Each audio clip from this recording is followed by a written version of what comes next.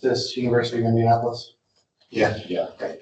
So 2730 University of Indianapolis classroom door locks in Indianapolis. And code requires egress doors to be readily openable from the egress side without special key or knowledge. They want to use a lock system on the inside of the classroom to help prevent the need to barricade doors during an active shooter. Ed Rensenk, RTM Consultants. I was contacted concerning this variance by the Chief of Police for the University of Indianapolis. He's here with us today. Also have representatives from Nightlock here, so we can get really deep into details if you'd like, but I'll do my best to explain it on a higher level here. So, I labeled this as door locks, but they really are barricades. So think of it as a way to barricade a classroom by something other than desks and tying contrivances on the door and that sort of thing. So that's what the purpose of this is, for security, for active shooter or some other emergency event. The devices are only used when during drills or training or for an actual event. So they're not the sort of thing that are used every day. So they consist of a tool that is in a box by the door. It fits on the floor. And if you looked at the literature, it sort of illustrates that with some pictures and sort of. So it really is just a device that's meant to provide additional security for the doors. So this product has been used in thousands of school districts and higher ed facilities in all 50 states. There was a variance approved last year for Lowell Middle School for these same devices. There's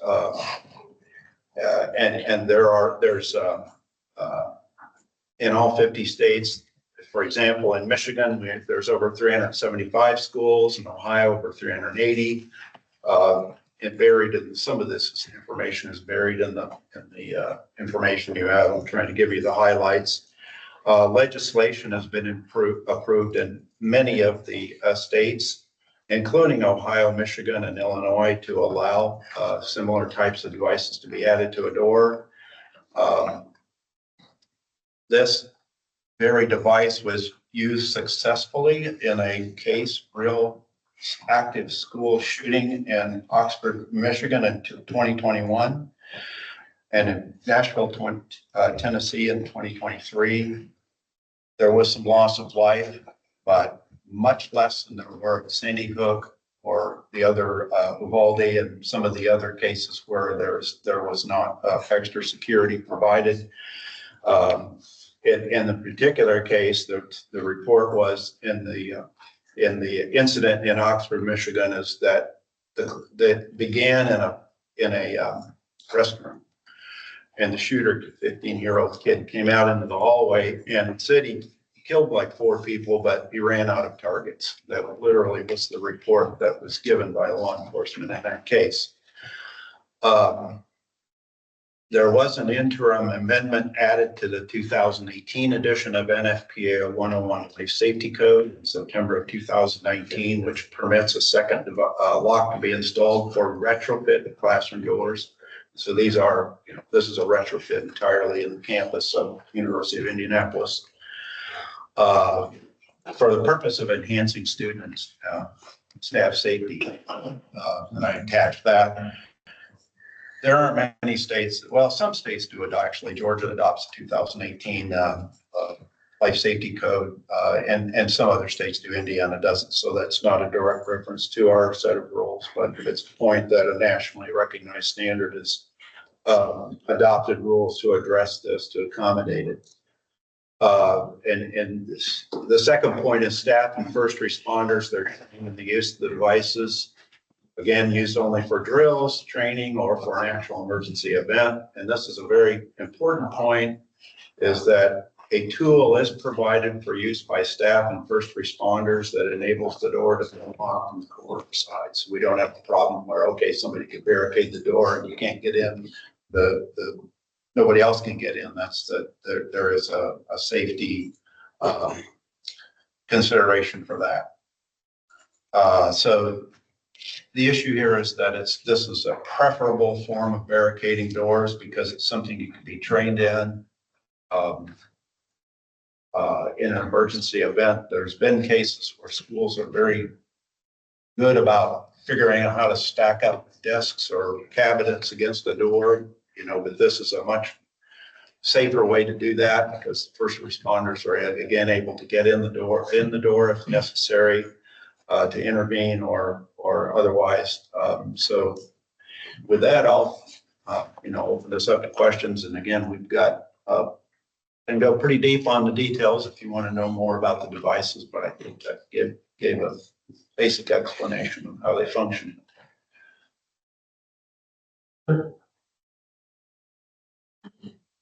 Daniel Blackledge, Indianapolis Fire Department. We have some concerns about these particular devices. They are something that requires special knowledge and training to use. It's not something that's where you go in and out, you have a key to unlock it. The NFPA 2018 that you submitted with this, if you actually read it, it talks about, it doesn't recommend these barricading devices. It has a list of qualifications that it talks about. Having ability to unlock without special knowledge. It follows pretty much what you're going to find in the life safety and the code section about that. The only requirement that these devices would meet in that was the height requirement. Everything else doesn't fall in line with. Engaging the law cannot require special knowledge. They would disagree. We would disagree with the characterization of requiring special knowledge or effort. I don't think that's true. But you require training. It requires training to know how to do it, but once you know how to do it, then all the students and staff. Let's let him finish and then you can. I respect it. We're not against extra safety devices. That's not what we're looking for. We just think there could have been better solutions before they were installed or at least consulted because, we are part of the first responders. We've checked with our counterparts at Command at IMPD and EMS, and they agree, they're not too comfortable with these devices because you have to actually get a tool. It's kind of like a bent rod or a coat hanger that you get underneath the door to unlock this device. They're saying you have to have training for it. That's special knowledge. We got to remember that these codes that we have in place aren't merely red tape. There's security solutions that they're recommending and putting in cause more problems than they're going to solve. Getting in and out for first responders is key because you're more than likely going to have something that's going to require an evacuation or response from us versus an active shooter. I mean, I wager they're not even close on the numbers on that. So that's why it's key for us to be able to get immediate access into those rooms. Key thumb locks would have been a great solution, to put on those doors, add another lock for security, which is what's also recommended in that NFPA 101 document that they uploaded. It even talks about that in there. But the barricading devices, I just don't think we're the best possible solution for that. If the commission decides to go ahead and allow these, we just ask there are certain conditions that be imposed with that. You talked about training. We're all for that. We'd like to have a lockbox that's approved by us to hold these special tools in. Training be on an annual basis because you're going to have rotation of first responders coming into that area. Training also for the students. They mentioned that we'd like that for the students too, because half the time I go to campuses, the rooms are primarily just students. Sometimes you won't even see faculty in there. So we're not opposed to adding additional security for this. I remember I was in high school when the Columbine happened. The shooting happened, and the first thing people did in our school, in a lot of schools, is you can't wear black trench coats. It's just the fear that's created by these, and I understand that, but we can't let the fear override our common sense. And these codes that we have are for that same reason. The fire safety codes are for that same reason, so we can get in there quick, response, open, evacuate if have to. Like I said, the chances of an active shooter versus fire breaking out aren't even close. There's, you guys know that from experience. So we're just asking the commission if you're going to go ahead and approve these, just off the conditions that we would like to see on there is all. Or possibly consider another device like a keyed thumb lock to put on these doors, which will achieve the same effect. we can put that in our already provided Knox box, so first responders have that. This isn't another tool we have to learn how to use. As you know, we have enough stuff to worry about when we're going into a building. Getting down on your knees and using a tool, I'm happy to let them show you a demonstration or something on that. Yeah, that's essentially what you have to do. So this isn't something you just go in 5 minutes, you learn how to use it. You got to keep the training up. So again, if it's allowed, we request that we have annual training that's provided by the university and funded by them. A special approved box for the tool that's approved by us. And the variance, if it's granted, only applies to this particular device. You press that consent here. Yeah, right, because the moment we would approve it, honestly, it seems like every university, every school in the state of Indiana. Well, that would probably be a good idea for them to do it. This has been over thousands of facilities and you approved them last year. And I think this increases the level of safety, doesn't reduce it. This isn't used in a fire condition. If you have a fire, this thing is not, it has no purpose. It isn't engaged. You have to put it in place. It's not something that's there all the time.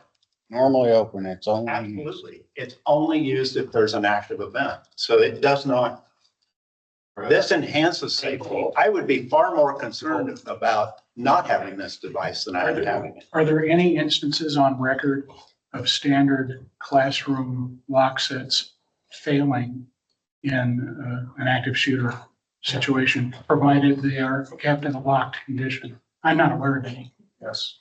We can talk about that.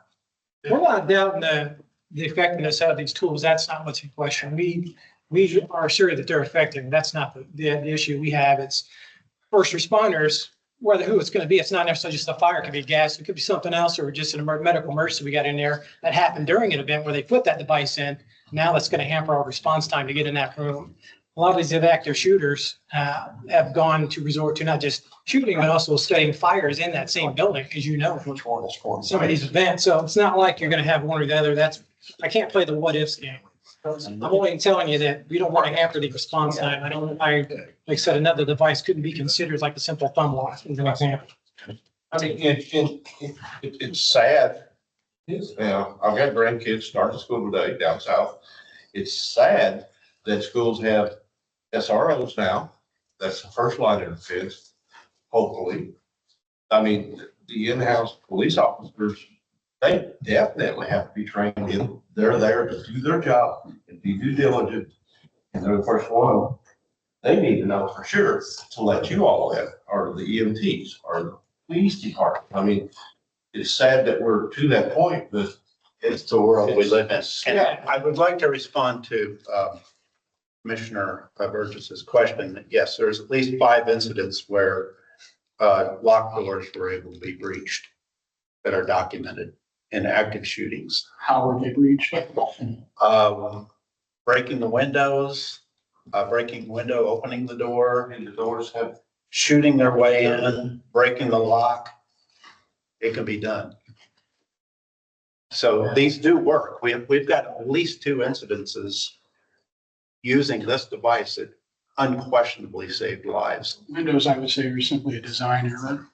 Well, these are all existing buildings too. Let's remember, this is a retrofit. For that reason, there are options that involve complex hardware configurations, but it's a lot more expensive than this. This is a relatively cost-effective method. It's been used in thousands of schools. We also mentioned that it isn't simply a matter of requiring the use of a key or special knowledge or effort to operate the lock.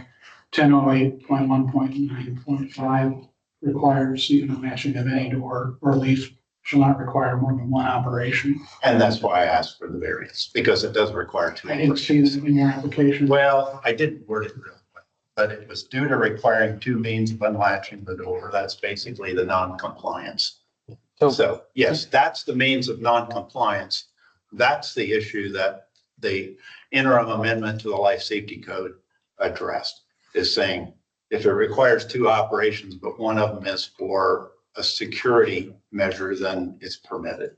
Can you I'm not familiar with these locks. Can you describe the locks and how they operate, Yes. please? Matter of fact, we have a mock-up that we can show you if you'd like to see it. And by the way, we have no objection to the conditions that IFD is asking for in terms of training. We can do it as frequently as they would like. Certainly be willing to accommodate that in any way we can. That was the, It's all one. we meant that. And yeah, why don't you bring it up here? Maybe we could set it on the end of the table there or something, yeah. That's pretty cool. Oh, this is the one. And for the hotel. I'm Brandon Pate. I'm the chief of police, University of Indianapolis, got 19 years on, be master instructor. I've been teaching active shooter prevention the last 15 years. That's about my relevance to this meeting. Okay. I'm Jack Taylor with Night Lock. We manufacture these locks. My brother Joe, right over there, that's our company, and Chris Ahern. And, okay, let me show you this. So, there's a wall box, goes on the wall. The locking handle, the red piece, red member that locks down the door stays in the wall box. You just open it, take out, well, the whole kit comes in that too. But then the box goes on the wall. There you go. During a lockdown event, you just take this and you stick it like that. So this is the release tool. It slides under the door from this side. From the outside, you can see the emergency responders can see where the lock is located. And I also failed to mention there's two styles. So one works with the floor. This one works with door frame. So they do the same thing. The release tool works on either one. So from this side, the first responders, if they want to breach the lock, they just slide it in, flip it out. I'll show you to you from this side.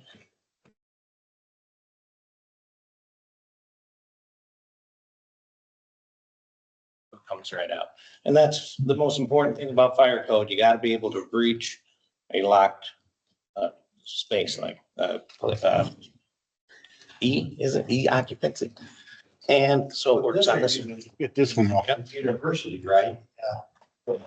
Not E, B. Yeah, B, primarily B. They have So you're some, not using these in the educational classrooms, K through 12. These are correct, this is all higher ed. Right, most of these devices are in, yeah, K through 12, but there are some colleges and universities. So my devices like this are.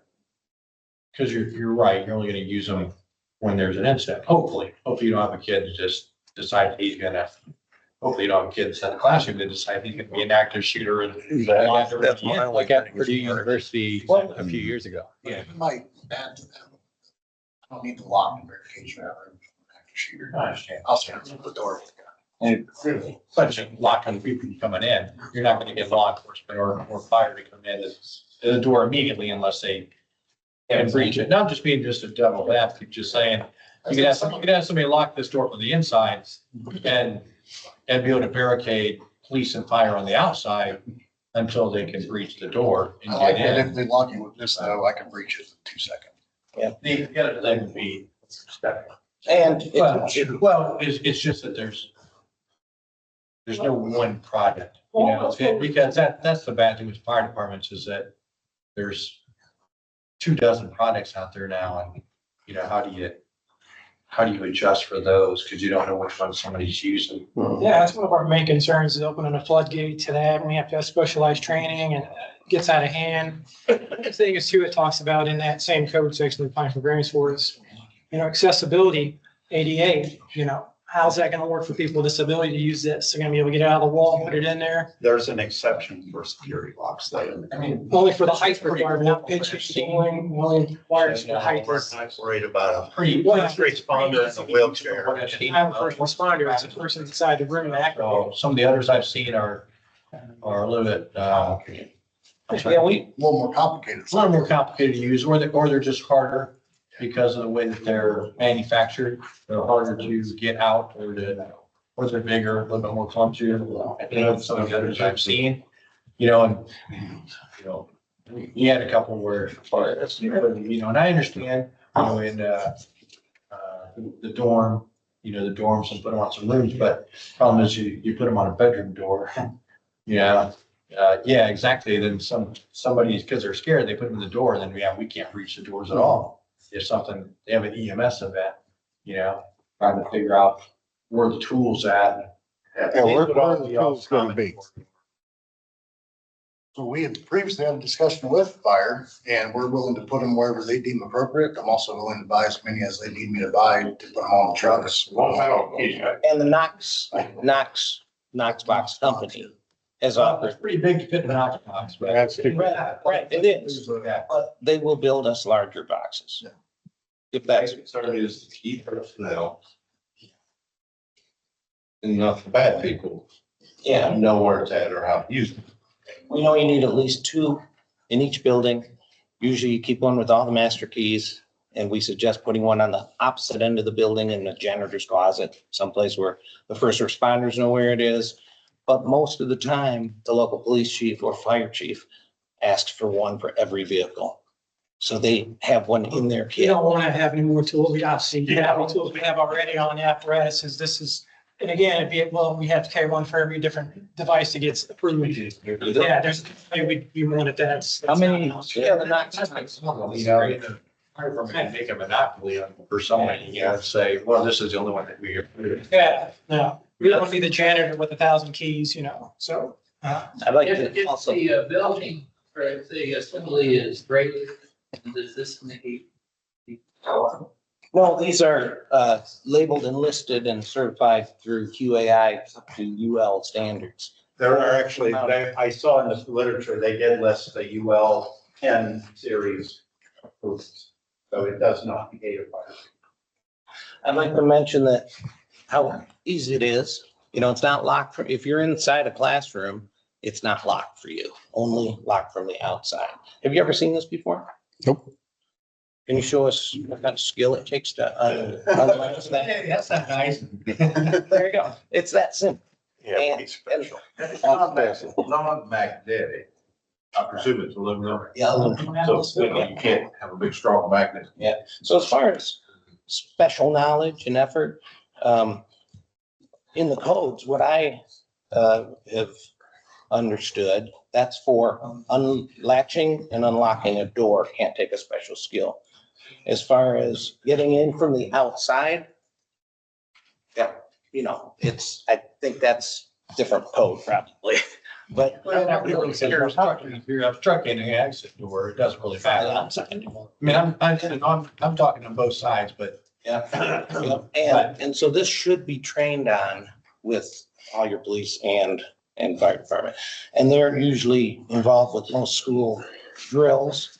You know, they bring in those people to do their active shooter drills but most of the schools allow the police to practice with this at the drills to release each classroom. I'll mention that, you know, your regular doorknobs have locks on them also. And if you don't have the key for that door lock, it's a barricade also. And at the Parkland incident in, down in Florida, after the event was complete, the fire department or the police went through to release all the rooms, but they had no keys. So they broke out the windows, reached in and opened locked door handles. And that's why it's on the floor, keeping it away from a broken window. And that's, you know, there's rules for height requirements for accessibility. Somebody in a wheelchair may not be able to use it, but somebody else in the room has the right for life safety. So there's an exception in the ADA codes. You know, everybody's not just in a wheelchair. There's blind people, deaf people, people no arms. So there's different accessibility issues. But if somebody can't engage this, then they won't need to pull it out, which is sad. But somebody is usually in a classroom that knows how to use it, and they should all be trained. And so very easy to train on. You know, this, nobody even needs to know about this. It's not even on our website, so you won't see it. It's a proprietary tool to release it from the outside. I wanted to say that the run, hide, fight protocol for lockdown, you know, a lot of schools train on ALIS training. These guys use run, hide, fight. Run means evacuate if you can, and that's the first thing you should consider. Hide is when you have to shelter in place and you barricade your doors, lock your doors. And then fight, you fight if you have to. But so that's three things, you know, and this is just part of one of them, the hide part, and it enhances that operation. So.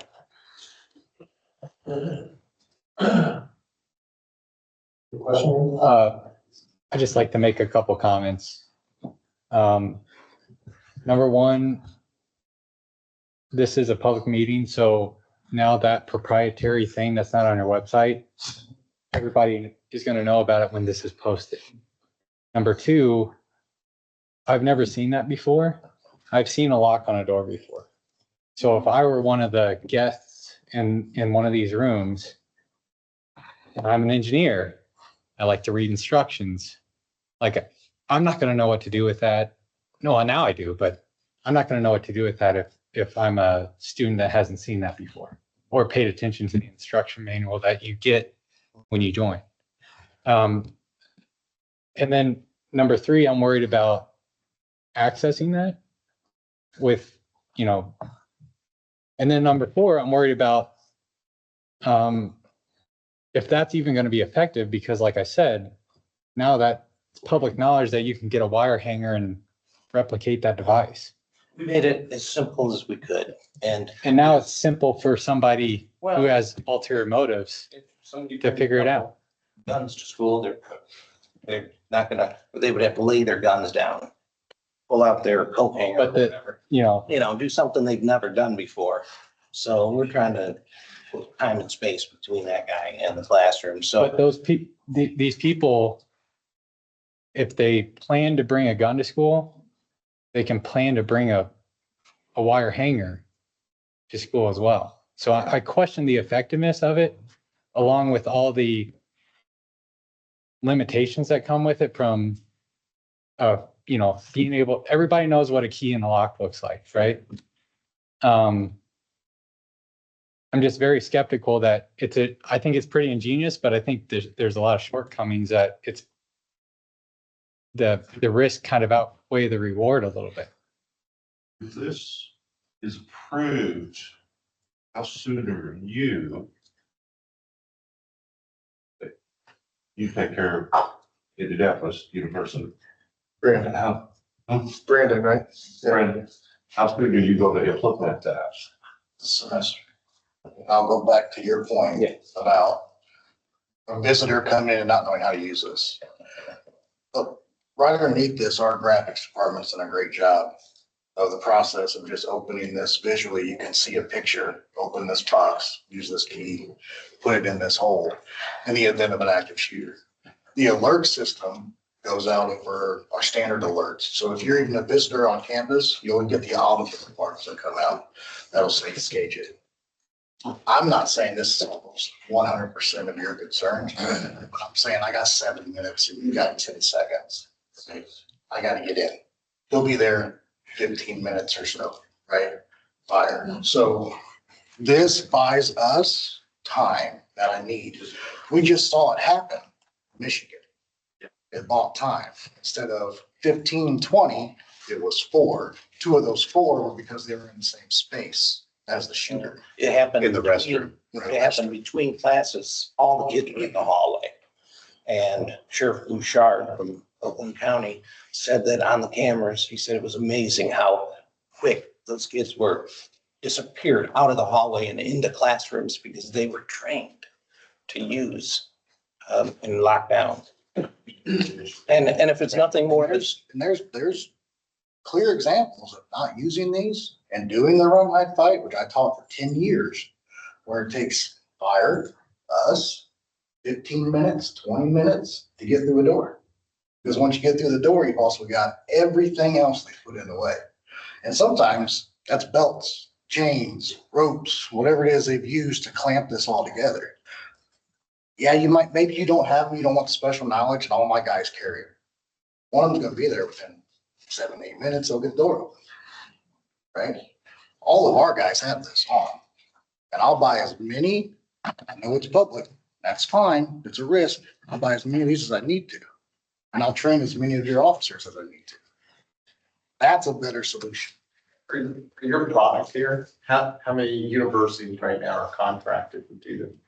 Using these right now, How many universities?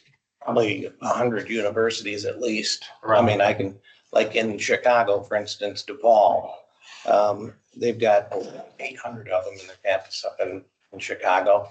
Loyola University in Chicago, they've got 800 or 900 being used on doors. I remember at DePaul, and you know, your safety, it depends on what you guys do at your facility.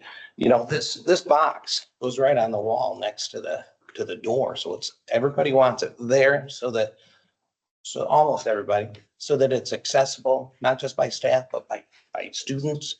At DePaul, this box isn't on the wall. They're allowing only their staff to lock down. So, the staff to use the device. You know, that's their decision.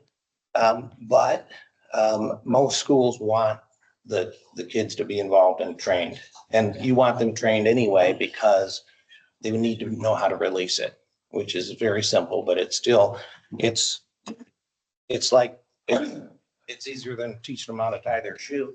You know, and nobody remembers how we first learned to turn a doorknob, but you know, once you see it, it's done. You know how to use it. I'm just asking, and maybe not asking the question, just making a remark. Just because you guys have all this, we're thinking of all this right now, but so if you're teaching all the kids how to use it, it's usually the kids that are doing the shooter, right? Well, there's a chance you teach them. So you're teaching the shooter how to use it too. I may. I understand, but I'm trying to just throw that out there, just Every shooter tactic that we teach, try to help the community, teaches the shooter as well. yeah, but everything we do is like that. But sir, go ahead. But the key, you can't teach a shooter how to undo a thumb lock with a key. You can teach a shooter how to undo this. It's called key control. Every building has faulty key control. Everybody go ahead. My name's Bobby LaRue. I happen to be a building inspector, but I'm a dad. But this is a 7-year-old, right? And what I understand statistically is my daughter is far more likely to be harmed in a school by a fire than an active shooter, right? I'm also a dad, and it doesn't matter how she's harmed, right? It doesn't matter. But my question about not this particular device, all of these devices, right? Do they work as smoothly as this 5 years from now, when the floor's dirty, when there's grime in the mechanism? Do they work? You know, we talk about all the cabinets and all the blockade mechanisms. What happens when somebody's in the room and decides to block this with a cabinet? Right? Then the folks that I want in there really quick, these gentlemen are risking their lives every day for us, right? And for my kid. But the folks that I want in that room really quickly can no longer get in that room really quickly. You know, every fire department under the sun has a giant key called a crowbar that will get through a lock. Right? I don't envy you all's position here at all.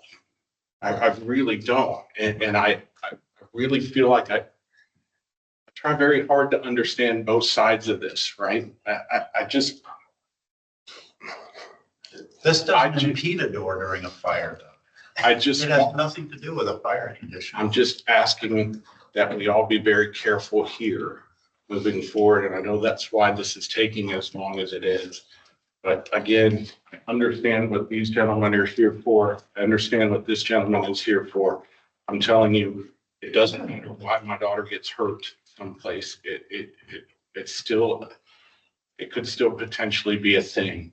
I just want to make sure that this actually is going to work today and 5 years from now and be easily operational by the people who need to know how it works. Unfortunately, talking about it, we've trained people on how to make it not work, right? Not work as intended. I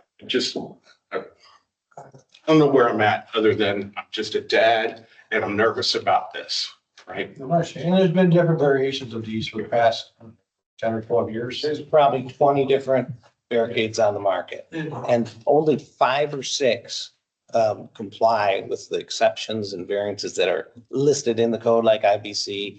A lock can be put at any height if it's only used for security purposes, you know, some of that stuff. There's only 5 or 6 that come so close. The others give barricades a bad name. The hardware industry, the DHIs, the Asa Abloys, Allegion, the big door lock companies don't like these because they're trying to sell an $800 doorknob.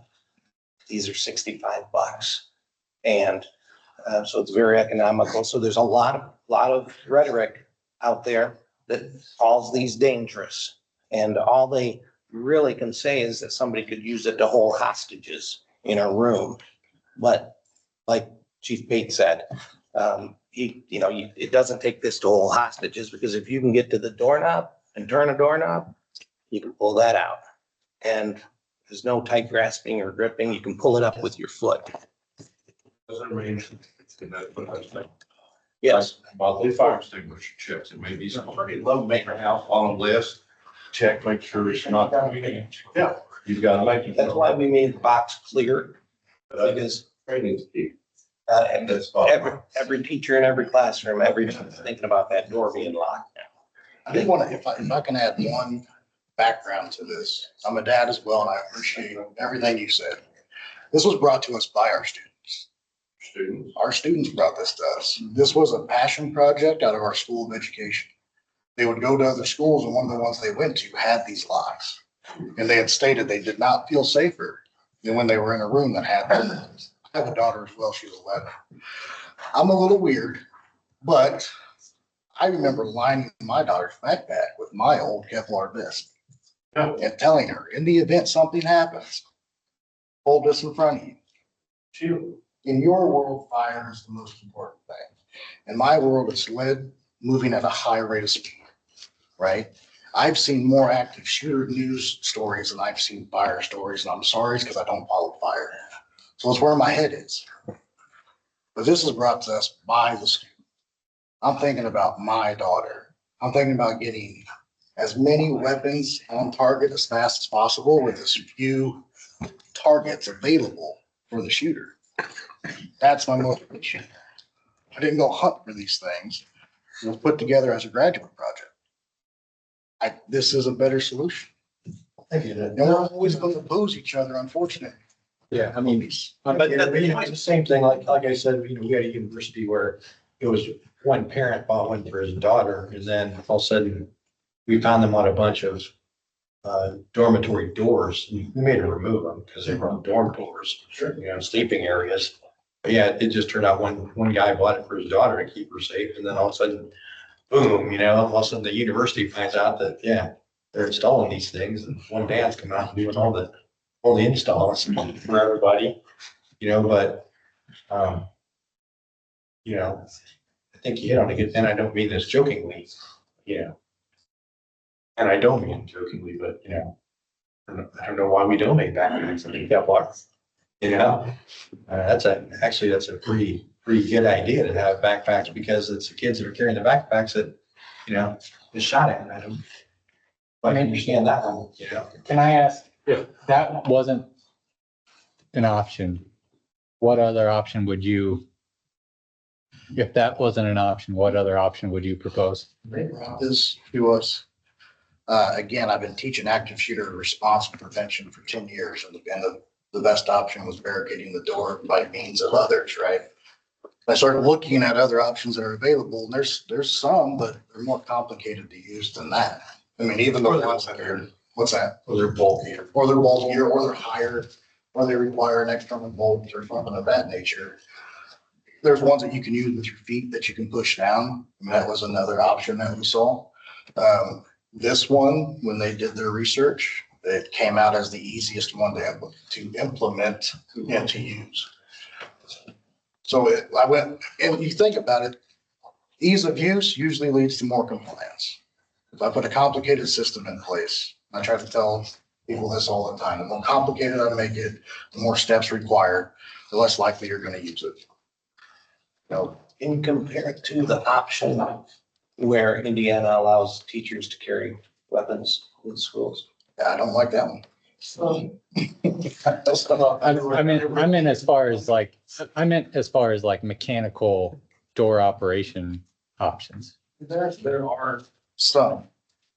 And again, even if you go to the bolts, you're looking at key at the same time. No matter what you do that has a bolt or that has a key or an opening device, you're looking at key control. And you're looking at training. I mean, I could show you a key ring from the university. It's got more keys on it than you care to know about. You're never going to get to it, right? Now, without describing what that design is of that key that we've shown you, fits on the officer's uniform. So it's only used in one particular instance. Our ERT team has it mounted on their Molly vests. Well, it's not mounted because they're not approved. It's there. The mount is there. It just needs to be. If there's a, So that, you know, the answer to this one too. Only get that, so we've had these come before us, I don't know, for a number of years now, Ed. Well, I didn't mention it, but one of the competitors, and I think it's the one that uses the foot operation. We were just talking with Darrell Cross about it here before the hearing, but this commission approved them for all the schools in Noblesville. It does the same thing. It does have a key or a device that allows you to unlock it from the outside, but it's a slightly different mechanism in terms of how it operates, but it's very comparable. Without setting precedents, can't we approve this for the school? This school only because they've come to us wanting it? Not really. Not really? It's a good precedent. I would argue that I this. said without. wait. You're on the precedential legal value. The problem becomes is if another group comes before you and wants the same device for their school and you say no, is it arbitrary and capricious and you can't survive that on judicial review? So it's not that it's a Supreme Court decision that binds you guys. It's just the fact, how do you say no to somebody else that wants the exact same? And you approved this last year for a school, Lowell Middle School, the same device. And similar devices at Noblesville 4 years ago. So this is not unprecedented. I think Lowell had in that same district, all of their buildings. Okay, yeah, the one I saw was for the middle school, Yeah. but I may have been there. What were your conditions? So I want to state again that these devices meet none of the NFPA 101 current standards, none of the adopted fire code standards. Our conditions were, state had already offered, we'd like to have annual training for first responders, staff, and students, any kind of faculty. That doesn't address, like you said, visitation, people coming in that aren't familiar with, so I don't know how that's going to work, but a special box to hold those devices in that we have access to for first responders only, put at locations at our discretion. And then, really, that's just it. Apply this to only this make and model. Have this only make and model variance for this particular device that we got here. For this location. Mr. Chairman, it appears that Chief Frost has a question or a comment. Yeah, I was talking to this gentleman though, because I want to know if they, you would want Knox boxes. I understand Knox makes a big box that can hold the tool that they've got there. Knox That's going to be, provided by the university. Everything funded and provided by the university, for the training and Knox box, in all the conditions that we're requesting. On the past variances that have been approved for barricade devices, have there been conditions on the times during which they are allowed to be deployed? Yes, the same thing, the same conditions which we're offering is only during training or drills and during an actual event. They are not used any other time. They aren't used every day. They aren't used outside of an emergency event. And as far as training goes, one example is Victoria's Secret stores all over the country use these so their employees have a back room to shelter in place. They provided a training video for all their employees. They have to study it and practice with it. So we do have training videos that schools and companies can use to show their students or their staff. But the best way to do it is face to face in your hand and take it out of the box and put it in, take it out. There's a question from Chief Frost, I understand. Yes, thank you, Chairman. One question I have, and I guess there's been some ongoing discussions with a consortium between law enforcement, the Sheriff's Association of Indiana, Department of Education, and the Fire Inspectors Association with the Door Hardware Institute, working on legislative action at the national level, as well as evaluating systems that are in place. And I wonder if it would be prudent to allow that work to continue prior to standalone systems scattered throughout the state. The understanding of a need to make sure that there are safety options, especially in classrooms, is understood. But I just would encourage that the master solutions be contemplated that are code compliant, as well as offer those security solutions. So just a question if this is something that's been reviewed and discussed and or approved by the Door Hardware Institute, or if this is just a standalone product offering. So that I'll let you do it because you do better the job. Door Hardware Institute, they don't want to recognize any barricade devices. They want to Not sell even their the $1,000 a door devices. And there's, like I said, 20 on the market, and there's 5 things. It's so close because there's exceptions for use. As far as the releasing mechanism from the outside for the first responders, out of those top 5 or 6, I think only 3 of them have a tool or a key. The others, you have to dismantle from the outside. So there's only a few. The one in Noblesville has one with a release tool. That's a good one. So as far as anything that the DHI has put out, and they spend a lot of money trashing barricades. And the rhetoric is that they say most barricade devices are dangerous. But they won't, and I've talked to them, and they won't acknowledge the good ones. And they don't want to. They've been fighting it for 12 years.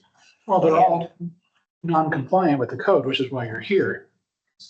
Well, the door hardware people, though, are very happy to offer something that's going to cost $500 or $600 a door, but that's fine if you're building a new building, but for a retrofit, that's incredibly expensive.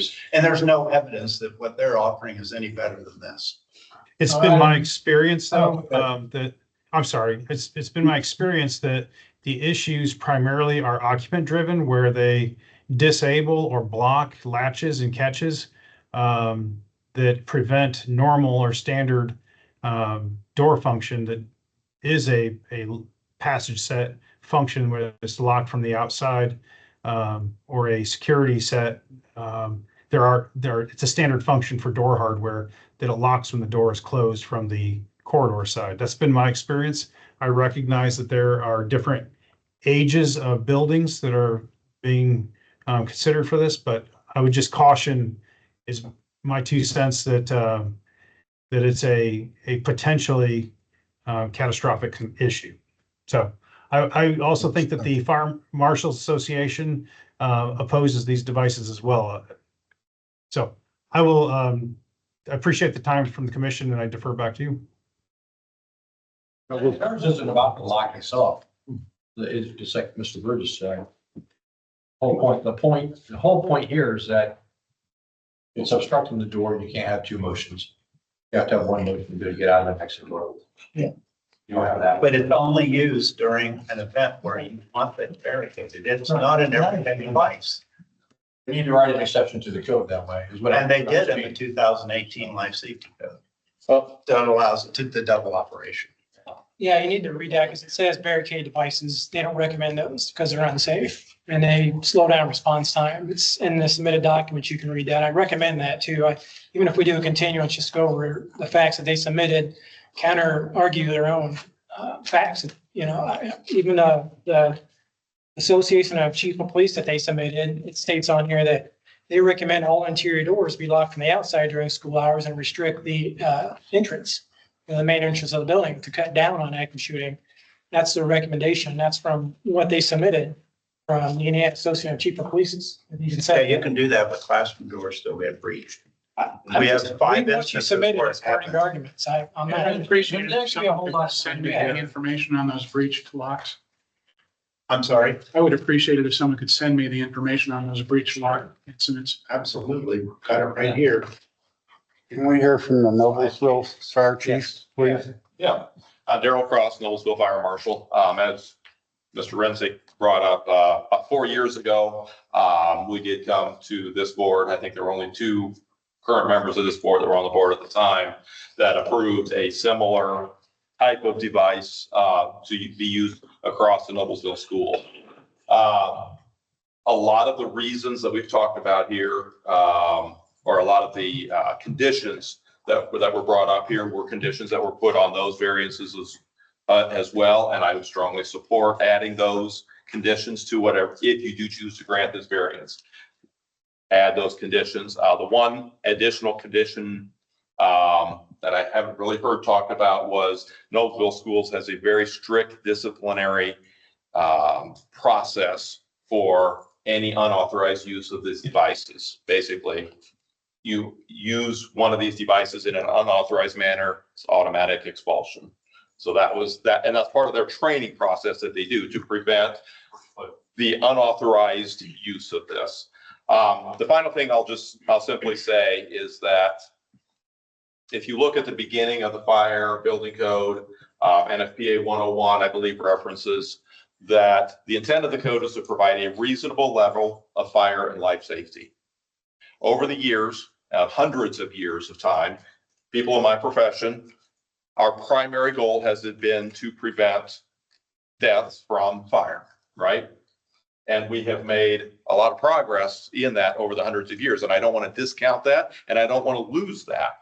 But I also think you have to balance the fire side of things with the life safety side of things. And it's an unfortunate reality in our world today that in the past 10 to 15 years, while the incidence of fire still remain high, the death rate in schools and educational occupancies, businesses like a university setting, while the death rate due to fire has dropped significantly, the death rate, unfortunately, due to active assailants has risen significantly. And so therefore, I feel like in the business of life safety, we need to try to find that balance. And we're still finding that balance today. And there's still lots of conversations going on today. And I recognize that. And I wish we could wait until we had one perfect solution that is going to work nationwide, worldwide. Unfortunately, we're not at that point. We're still at a point where it's kind of unfortunate that we're working on these really in a case-by-case basis.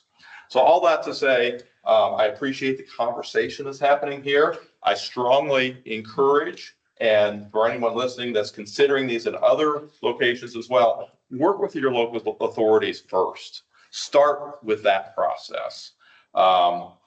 Work collaboratively, come up with a collaborative method that works, that's agreeable to by everyone, would be my encouragement.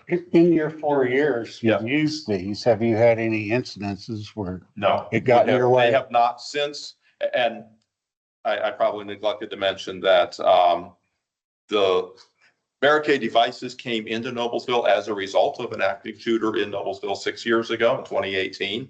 Okay. That created a lot of public pressure. That's what prompted Noblesville schools to start the process initially. But since we have implemented them, no, to my knowledge, they have never actively had to use them in an active lockdown situation. Do you allow those across the board in Noblesville? Yes, so, To all the school systems? so the way, We yes, have 154 schools in town. so, Noblesville Schools, the way we did it, we brought one test case to this board, for one school, 1 month, and then when that was approved, then the next month, we came back with separate variances for every for every public school building in Noblesville. And those are the only ones that are allowed to use those devices. And yours is just educational. So we have a couple of private schools in Noblesville. They have not pursued the same option, so they are not approved to use them. But yours are just educational facilities. Correct. Those are just educational. Not college. Correct, they're not college. Have they ever been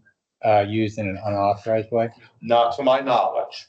I can't definitively say that because they've not communicated that to us. But you not to haven't my had, knowledge. you haven't had to your knowledge, there's been no incident, negative incident that has occurred from an unauthorized use at. No, and again, the schools have a very strict policy on that, that if that were to happen, there's strict disciplinary procedures.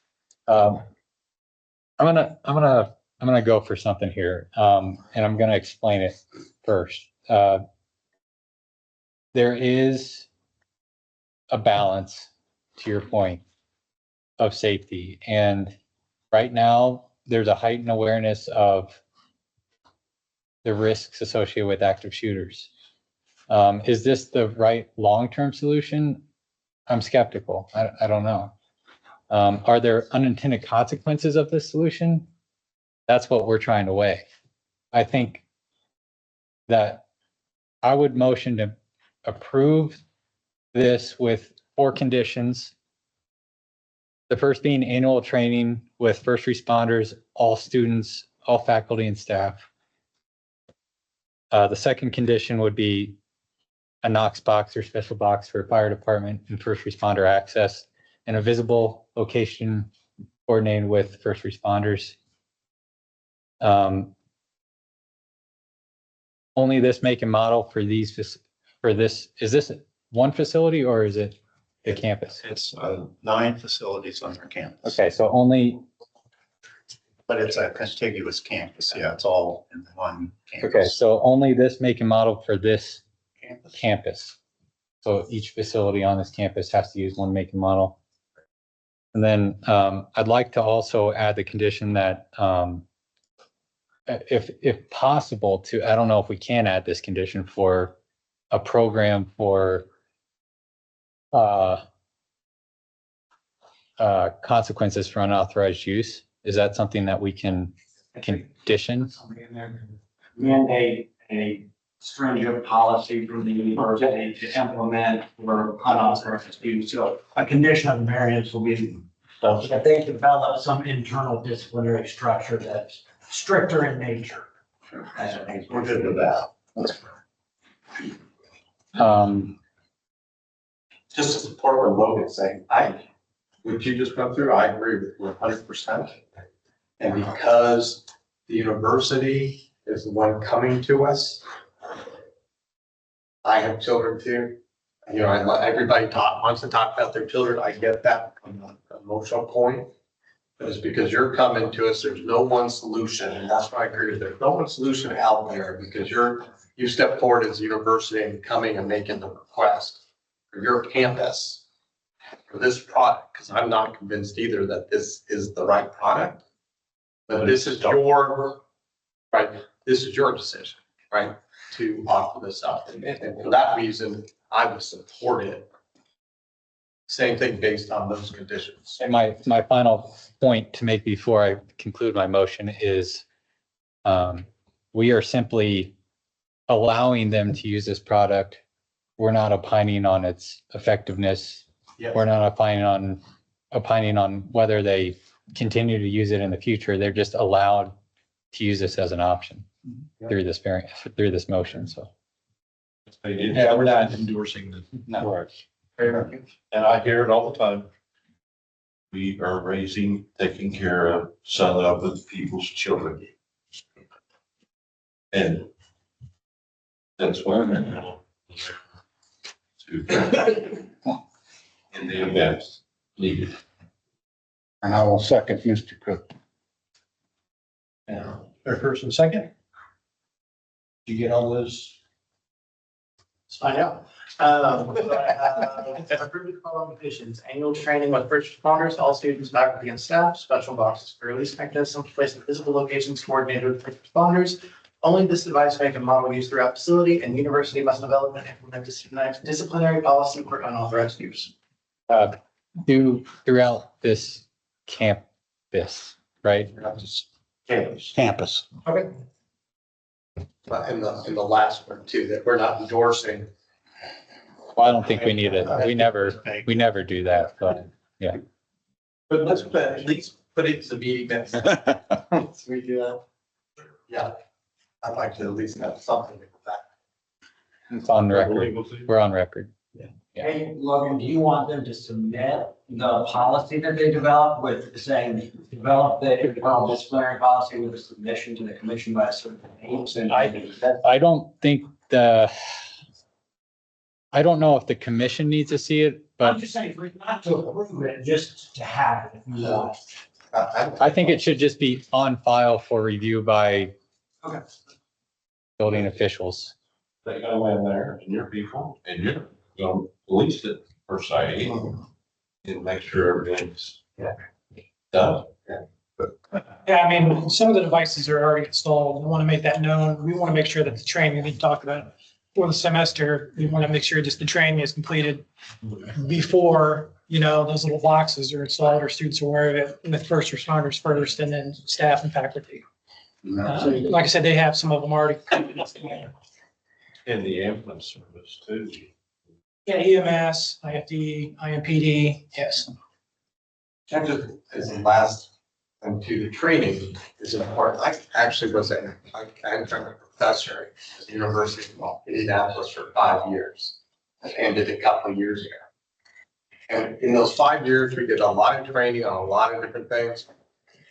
I was there for 5 years. I never had any training on any active shooter situation. Not once, right? So something like this would be such important to train everybody. And I'm just throwing that out there. Just emphasize the fact that you have to get to everybody so they understand how to use this. Because if I had been in a situation that box was on the wall, I wouldn't have known what it was. Right? And so I think it's that important to do. That is critical to make sure it's done. Every training that we have, just funny thing, every training that we've had with our school systems. So I've been involved in a lot of that stuff. Yeah. The shooter always gets me first for some reason. So I can't implement anything. So they take me out because they're used to standing next to me. Yeah. We hope not, but. Yeah. So we good? Yes. Yeah, okay. Commissioner Burgess, No. Commissioner Cook, Yes. Commissioner Crisp, Yes. Commissioner Davidson, Yes. Commissioner Hyde, Yes. Chairman, Yes. Commissioner Patarino, Yes. Vice Chairman, No. Commissioner Porter, Yes. Commissioner Slaughter, Yes. Commissioner Wagner, Yes. Commissioner Zane. Yes. All right, that was approved with the conditions. Thank you very much. We appreciate your patience with us very much. It's 1 o'clock. Yeah, so let's take a break. It took a lot longer than I thought it was gonna take.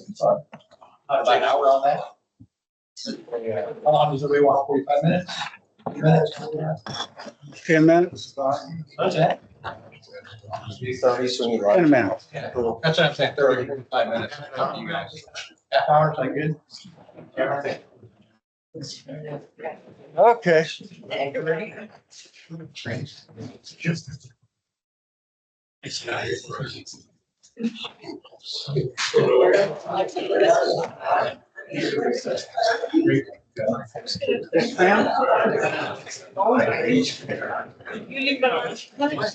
You know where?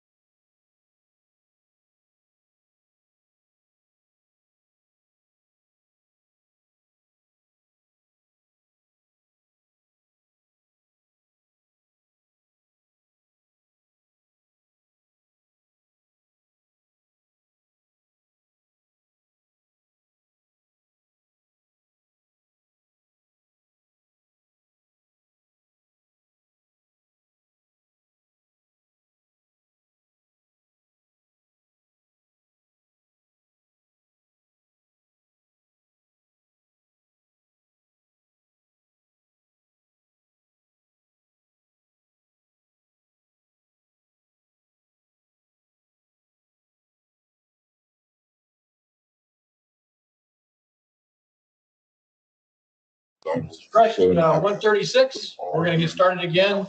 Yeah.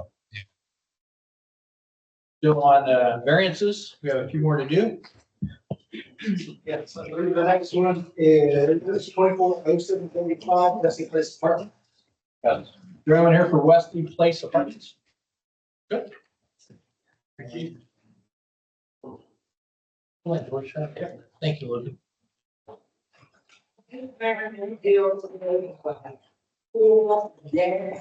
Responsible again from a four feet surrounding.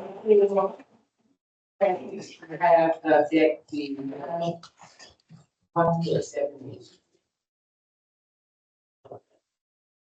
Dave Cook Consultants. If I could save 1,000 words, if you could look at the pictures that I've put up. And if you could also start at the very bottom. It shows the progression of construction. It tells a story. It's probably easier to look at the pictures than me explaining things. Ultimately, we have a new pool, part of one of these podium apartment complexes. If you look at the pictures, the ones if you start at the bottom, show a pool, and then they show this huge area next to it. One of the pictures shows a bunch of green water in it. And on the other side, there's another large opening the same size. What happened is they built a well into the precast or the post-tension structure that they came back and then built the pool in. And the problem was the pool got built taller than what the plaza level is. Obviously, it was way too late to lower the pool. They can't go in and start removing underneath because it's a post-tension structure. So in the course of this, pool inspectors came out, building inspectors came out, and in those course of discussions, it was suggested because of the height, we have from a building code standpoint, not a pool standpoint, we have a guard requirement because we're more than 36 inches above the plaza level. At the same time, you have these two wells on both sides that need to be filled in. They weren't intended to be there. We have this pool up, and part of the discussion was two solutions. Because of the guard problem, put a 42-inch high fence around, as you see in some of the other pictures. And I should also point out that you may not recognize quickly off the pictures, the pool has two sun decks on either side. That's where the stairs are at, that are 12 inches deep. And then the center part is where the swimming area is, where it's not even really that deep. I think it's 4 feet or 4 feet with the water line below that. So we came back to the problem. The suggestion was to either build a deck or put up a railing. When we started looking at trying to build a deck that had to be 4 feet wide around it, the challenge was trying to build it into these two wells on both sides. That's one challenge, because you'd have to structurally support all of that. It also was an area that was going to collect water, as shown in the picture, so they had that to deal with. Also, on the other side, you see a chairlift that was part of the podium structure. So it is formed concrete with the anchor bolts and everything already there. And if they put the deck there, the chair would have to move. We probably would have to have a ramp to get up there. And they thought through that. And of the two options, it was better to do the fence. And then they came back and said, we probably need a variance for that. So that's why we're here. If you look at the building code, the plumbing code, the plumbing code wants a deck all the way around the pool that has to be a minimum of 4 4 feet. And it's more for safety. If somebody's having trouble, you can reach in and grab them. The pool code, excuse me, doesn't require that deck to go all the way around the pool. They understand that there's certain areas that might be blocked. They talk about allow 10% not to have direct access to the deck. The 2 spots that we have are basically 4 foot off. They filled in the 2, that's the other thing. Those 2 wells, because they were holding water, there's no drain down there. And because it's post-tension concrete, they just can't go start drilling and putting a drain in there. So they had to fill in that area. And now, as you can tell, it's patio, or it's the walking surface. So when you walk up to these areas between the fences, it's at 4 feet. So you could reach over and help somebody if they were in trouble in the water side. So make a long story short, we've made this as safe as reasonably possible by putting the guards up at the areas where people could be sitting on the coping, if you would, the 1 foot 7-inch coping on the areas where people would be sitting. And then in the well area that's only 4 foot high, because of the chairlift that's needed, but also because of you can reach over. We've made that accessible. And if you think of an infinity pool is no different than this, where an infinity pool could theoretically go all the way up to an edge of a building where no one could have access on the infinity side. In this situation, both of these 2 sides that don't have the railing or the guard are fully accessible from the patios or from the walking surface.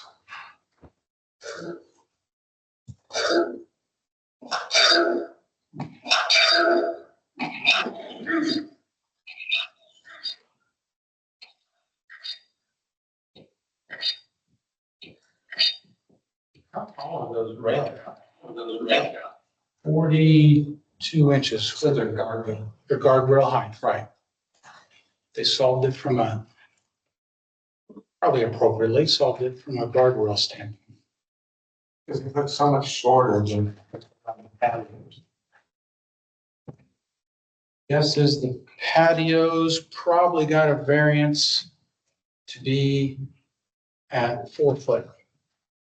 I'm almost sure.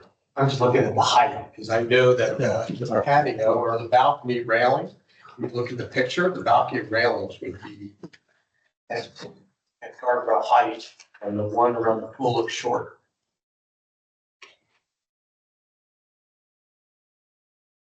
I'm just thinking if somebody's standing, because even with the 1 foot 7, somebody's gonna get up on that 1 foot 7 and start walking around. That's what was railing to hold on to. Exactly. And that is not the same height. All I can say is that told me it was 42 inches to meet the guardrail height. That's what the drawing says. Yeah, the picture doesn't look like that. Yeah. And the coping's at 38.5, what it says. Okay. So the coping's a little lower than what I was describing. So it's actually, and if you're trying to compare it to 6 inches. if you're trying to comparing it to the fence around each one of the doors of the patio level, that's the typical pool variance fence that you guys don't see that's approved to go from 6 feet down to 4 feet. So those should be 4 feet tall. The patio railings at the deck level are actually taller than the 42 that's required for the higher balconies. Is that what you're saying? I'm saying at least the ones on that grade level should be 48, because that should be part of that variance. The ones on the upper balcony, I think that those are 42. Yeah, I'm looking at the balcony. Just keep in mind, I build a multifamily, right? So the balcony railing is certainly taller than what's around the pool. Let me just say, they're not 42 inches. That's what the drawing showed. That's what was said that they were going to be installed. They'll just have to, believe me, they'd rather do a 42-inch, that's why we're here. They'd rather do a 42-inch railing, 42-inch, 42-inch minimum railing than we would to put a deck in. We're kind of been dealing with, again, with the open areas. Because if I'm walking around on that 1'7", and you've got kids that are gonna be running on that 1'7", and you've got open sides there, someone's gonna slip off and fall off. Right, so part of my variance is when you put signage up. Remember, this is an apartment for adults. I get it, the kids might be there visiting. It's not a sign just to adults. I mean, children can live here and. Right. So we put signage up in order that adults could be taking care of their children so they're not walking across there. Is that the pool signage I see on the side of the building? I don't believe that signage is up yet. Because I see this sign right here that. My guess is that that's normal pool signage, is nobody's on duty as a lifeguard and this and that. Well, nobody's gonna paint any signage there because it's so far away. I don't want to get into too much into this, but part of the inspector's options of either build a deck or put the rail in, they measured from the walking surface of the sun. So this may explain why it doesn't look as high. They said 42 inches from the walking surface of the sun deck. So that's where the 42 inches is measured from, not from the coping. I just was reading out. No, I appreciate that, but someone's gonna stand on that 1'7" and be standing there. Yes. Again, we'd rather have the railing, that's what the variance is for, than having a deck. And if you want to have that 42 inches from the top of the coping, we'll make that happen. It's much easier for us to make that adjustment than to build it. Why can't they build a deck? Is it just a cost issue, they don't wanna do it? No, first of all, you got wells on both sides. They filled the wells in, you said. They've been sealed over with lightweight material in order to create a walking surface. If we build a deck, there's multiple things. First of all, you would have these, I say 4, hell, there could be 8 penetrations down through that seal that now you got water leaking down in with no way to get that out, which then becomes a potential mold issue. We also have a potential, which I personally think, which wouldn't be a potential, would be a requirement, that we would have to have a ramp in that situation because we would not be taking a chairlift. We'd have to move the chairlift too. Because the chairlift would have to somehow come through this deck. The chairlift we would not be using the chairlift to get them up to the deck and then into the pool. So there's a second thing. So really constructability issues. Also, it could reduce some of the circulation on the plaza that even though the code requires just a 4-foot wide deck, it's got to be larger for handrail and for other stuff. So now you're encroaching upon egress, especially on the left-hand side. It's towards those balconies. They reviewed it at that point in time, and they were given 2 options, and they chose this one. Then they came back and said, we would like for you to get a variance. So I've built pools like this over parking garages, over proof tension structures. I mean, I hear all of that, but I can tell you, I personally have done it. And you can build a deck. You know, they just don't want to. So they in that instance. Stand up and introduce yourself. Go ahead. Personal 100% ownership. In that instance, I showed up on the site when everything was complete. I became part of it. I apologize. My name's Chris Malloy. Arrow Street Development. Okay. And I showed up on site when the pool was completely built. It was not plastered. And the first thing I noticed was it's sticking out of the ground too far. They built the pool, they didn't set the well deep enough. So it exacerbated the problem now, right? So we can't bring yes, I could build a deck, but then I'm building a deck that is massively high, not matching anything, not matching, come out to the apartment terraces, having to ramp it down. So first thing is we called everybody in and said, what can we do? And they gave us two options: put the fence around it or build a deck. And the deck is complicated because of the wells. The wells are holding water. I can't drill the wells. I can't tear the pool down because it's all post tension. So as you know, I cut into those things. I got all sorts of problems. The project was done. So obviously the simplest solution was the fence. And that's what we chose to go with. After we installed the fence, came out to get permitting this year to say, can we open it? They said, we'd like for you to get a variance. So I was given two options, chose one of the options I was given, and then asked to get a variance. So I hear you, but this is not a normal, I agree, I built multiple pools. This is not a usual situation. It was built 18 inches too high. That makes sense? No, that makes total sense. By the way, you can go into a post-tension sign. You just have to scan it first. I don't know the difficulty. I have cut cables doing that, and this building's done, and it's not something I prefer not to do it. It's just. Yeah, and I'm just making that point. And unfortunately, I agree with you on in most traditional slabs, but when you're building their cables can't get your fingers between them. So. What drove the decision to make the railing 42 inches above the sun shelf and not the coping? That was given to us by an architect and reviewed with the people from the code that came out and looked at it. That was straight off the drawing they gave us, and everybody reviewed.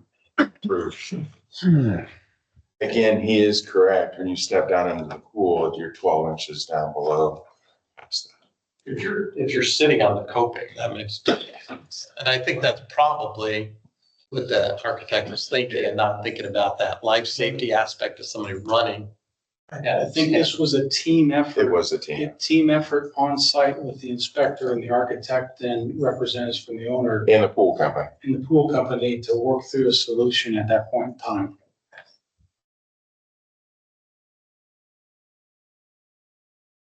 Do you have anything that says they approved it to begin with in writing or other? I have an email that outlines the two options and then recognizing the option that I chose. Do you have those in here? No documentation. Okay. That. I mean, I basically, we all met out on site. Architect wrote up an email of both situations. I said to the group, I'm choosing the option with the rail. I forwarded that on to the inspectors and they said, okay. Wait, this pool inspector or building inspector? If we want to go down through the litany, we can. I'm just It curious. started out with the pool, the Marion County Health Department, their pool board. And he kicked it to the state building department inspector. And I believe Shane Callahan came out. I don't know why it didn't go to the local building official. That I don't know. And I believe it was that group meeting that these two solutions were thrown out, which if I'm standing there in this situation as a building inspector, you're trying to do everything you can to help. And I think he provided the two potential options. They discussed it. They looked at all the things. The architect got involved. They chose the railing. The other thing that the pool deck kind of adds on even more of a challenge as you keep going out is he brought up the lift, right? Then you got to go 4 foot past the lift. Then I don't really have a good walking surface on the east side and for travel. So I feel we've done, as a group, tried to solve the problem as best we can. Obviously, you can't tear the pool. It's again, I think we came up with the best solution. And let me just say, it's meeting the intent of the code. We haven't Right, had because any you've got issues. these 38-inch high sides where you can stand, no different than the 4-foot wide deck, right? And you could stand and help somebody if you're needing to. So it's meeting that intent of the code. And also, if you had some similarity to an infinity deck or an infinity pool, you're allowed to have no deck on one side. Yeah.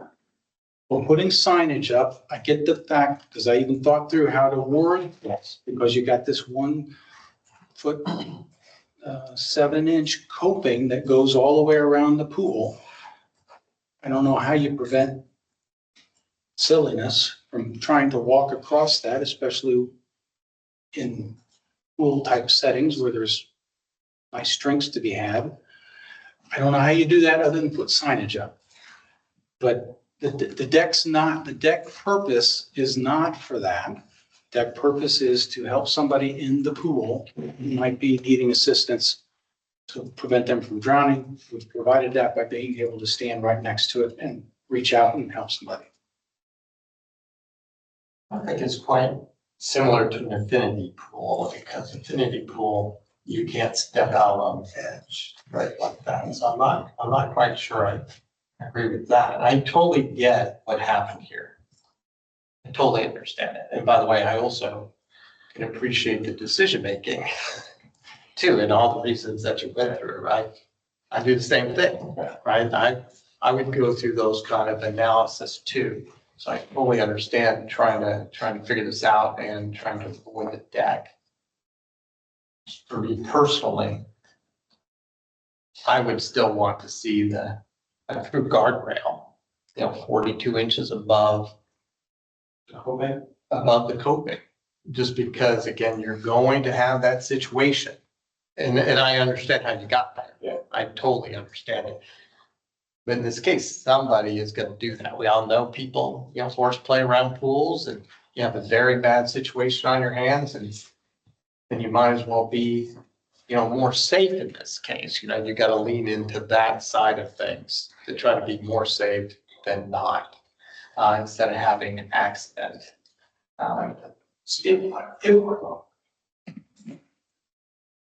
This is one of these variances that everybody gets.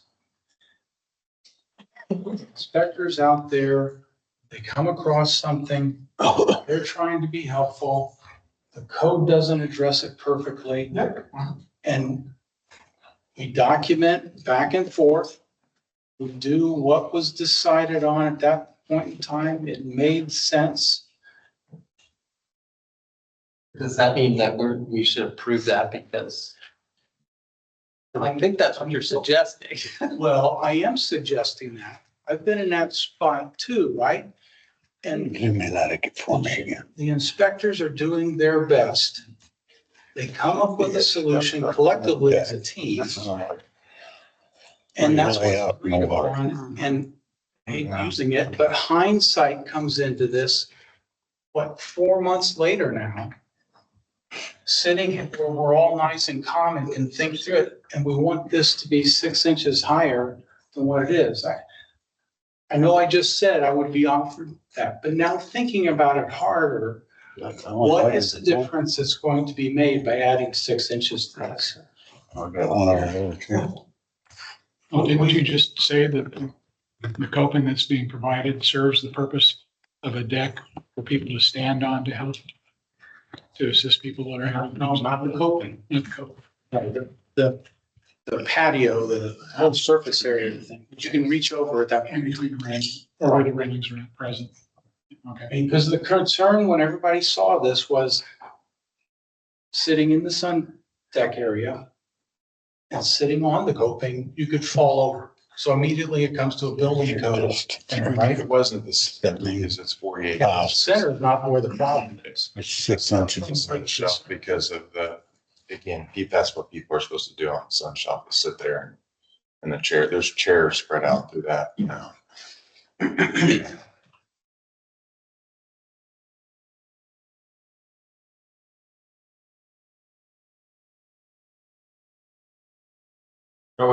And everybody can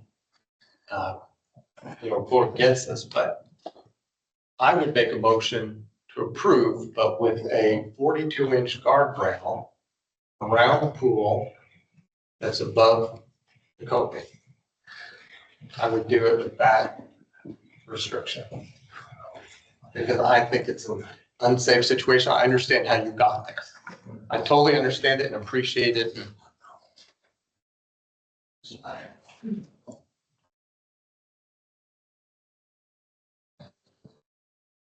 I'll call. 42 inches.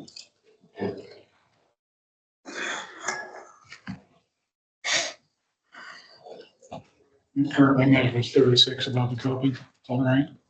Yeah. And by the way, I've added many times, I've added a top rail. With my fence wasn't high around the pool. We added an extra, had to go up another 6 inches. I've done this before. And it's not what we prefer to do, but it can be done. There any safety sticks or anything that's gonna be mounted to that railing on the outside where it's easily accessible? Or somebody's in the middle of that pool, they can be reached? You mean A safety hoop or whatever? It actually sits in between, so it sits between two of the residential's little balconies. It's mounted up the wall.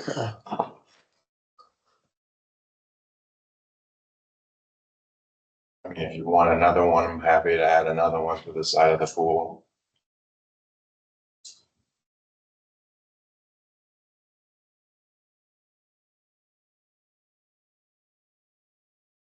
I would think of having one on either side at the residence. So you're not gonna have to run all the way around the pool to get one. With that. Cause he's severely, with that railing, he's severely hindered anybody getting into helping anybody that's in the middle of that pool.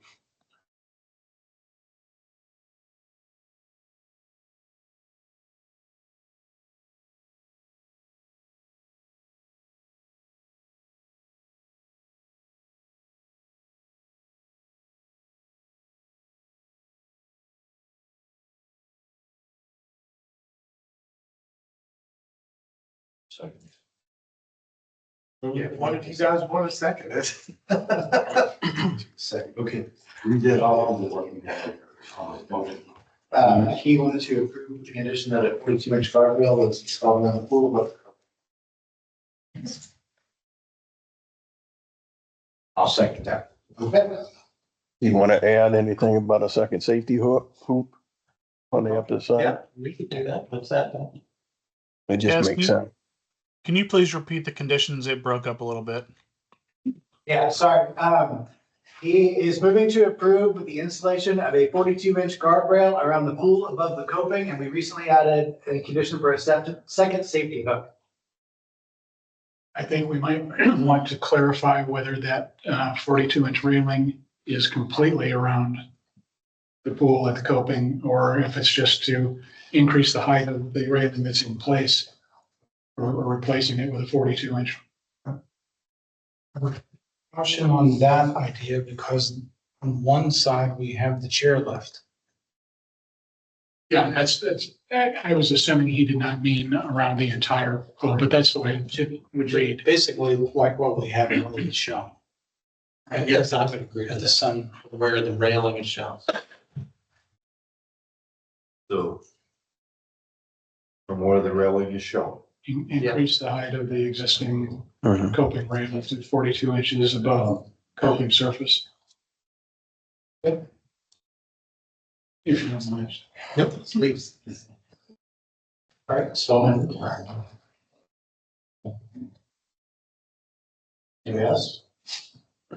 Michael, you understand where we're at right now? Sure. Vice Chairman, he's addressing you. Do you understand the conditions as they're currently present? Yes, I do. And if we agree to this, can we stay open now till whenever the pool closes, 1st of September, whatever the. Using right now. It's open It's right open now. right It's open now. right now. So, You okay with that? Are you open? Yeah, it is open right now. Because you don't want to shut it down to do that. I don't think you guys would, I mean, I think they would probably. Can we foster put it. a condition that the work is completed this year? How about, or what? After the season is Yeah. ended. By the end of the year, by the end of 2024. He's saying, I don't, know. It took me 3 months to get that railing. So before swimming season of next year. Do what, before the pool opens next season? Yeah, that's fine. I'm fine with it. You could do this quicker, but that's fine. The problem of it is, I understand, I agree with you, but nobody wants to. That's okay. Nobody wants to work on this small of a project, and that's why it took me 3 months. I do this for a living, so I kind of know what can be done, but I'm fine with that before this, before the pool opens in the 2025 season. Okay, so far, I have guardrail around the pool above the coping from where the railing is showing, second safety hook, and must be completed before pool opens in 2025 season. I still second that. Okay. We get a vote? Cool. Commissioner Burgess. Yes, really quick. Sorry, I hate ambiguity. Could we just put a date and say June 1st, 2025? Say May 1st. May 1st, fine. Yeah. I mean, it's the official opening of the pool just seems too ambiguous. Yeah, let's say May 1st, 2025. Okay, May 1st, 2025 it is. Thank you. All right, Commissioner Burgess, are you still comfortable with that? Yes. Okay. Commissioner Chris. Yes. Commissioner Davis. Yes. Commissioner Height. Yes. Chairman. Yes. Commissioner Patarino. Yes. Vice Chair. Yes. Commissioner Porter. Yes. Commissioner Slaughter. Yes. Commissioner Wagner. Yes. Commissioner Sam. Yes. All right. Now it is approved with the state conditions. Thank you. Thank you. All right, next up, we have 240736 Bates Athletic Building. Yeah. This is for a building more than 400 feet from a fire hydrant.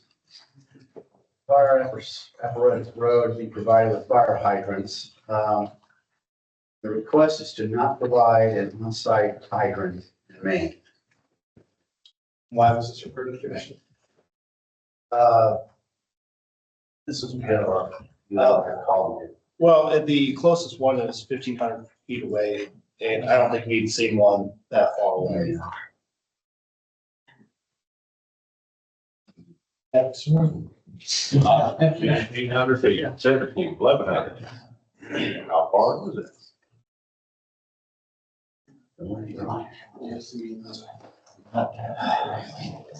Okay, good, sir.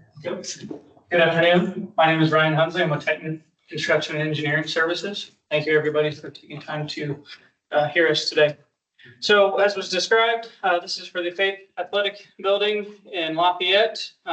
Essentially, we are adding a football field with some parking and a new glorified concessions building with some physical fitness, athletic, weightlifting room and a golf simulator, that sort of thing. Very small, 6,900 square feet. It's basically it's had 5B construction,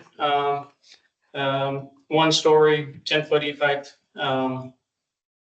So we're in the process of building review with our local building inspector, Dave Thomas. He cited the 400 feet as an issue. He also cited a pavement issue with our incoming road, which we're working through, and we have complied with him on that. And through the ongoing back and forth, he actually recommended that we bring the variance before you, actually help with the wording and stuff, in order to get your guys' input on it.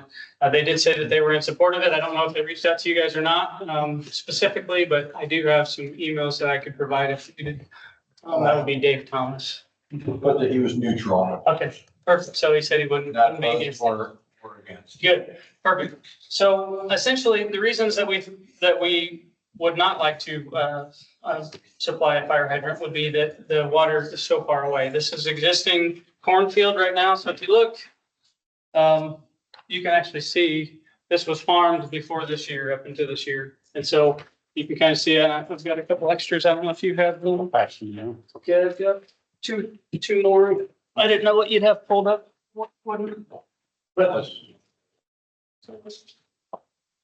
So essentially, a few reasons. One, there is no municipal water supply in this area, so we would have to bring water supply to make this possible.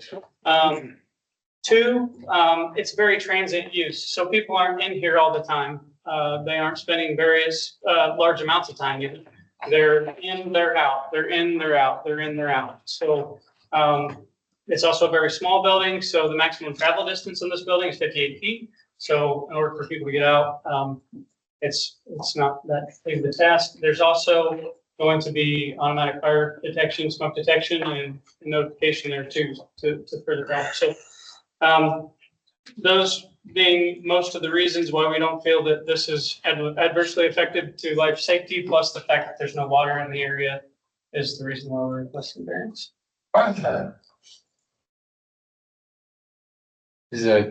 Has the work started? Oh yeah, just on the field part, not on the building part. So we're a design build contractor, so we do things in phases very often. Okay, so what's started? Or what's currently complete? Like all that? Site work is in process. We've got footings for the relocated bleachers are in place, and we have foundation releases from the local authorities. So we do have foundation work going on for that. I understand that we won't do anything more, but get this figured out. What, in the plan for the building, they, talk about physical education. So Yes. in golf training, will there be, school courses at the facility? So there will be some physical education offered at times. Is the reason that we filed it that way. And so Josh is just, Josh Hill, Athletic Director of Faith Christian, so we're on representation. Could be. There's nothing scheduled now for physical education down there, but just with regard to our athletic teams and then lifting and working out. And they work out a couple times a day during the season? Could be. Yeah. and if you look at the building plan, I hope you guys all have the ability to see that the life safety plan there. Each room actually has access to the exterior on its own. So from a life safety standpoint, it's to me kind of a slam dunk as far as that goes. Even if people were coming in there, they're very easily able to get out. So by the time this fire hydrant would be used, it'd be well past the time that anybody would be out. What are you using for your restrooms? So we're putting a well in, just a small 5-inch well. You're not putting all your flush valves in it. No, they're tanked out. Yep. You show flush valves, that's what I was asking. One in drawing. Okay, well, my apologies. I'll have to get that fixed.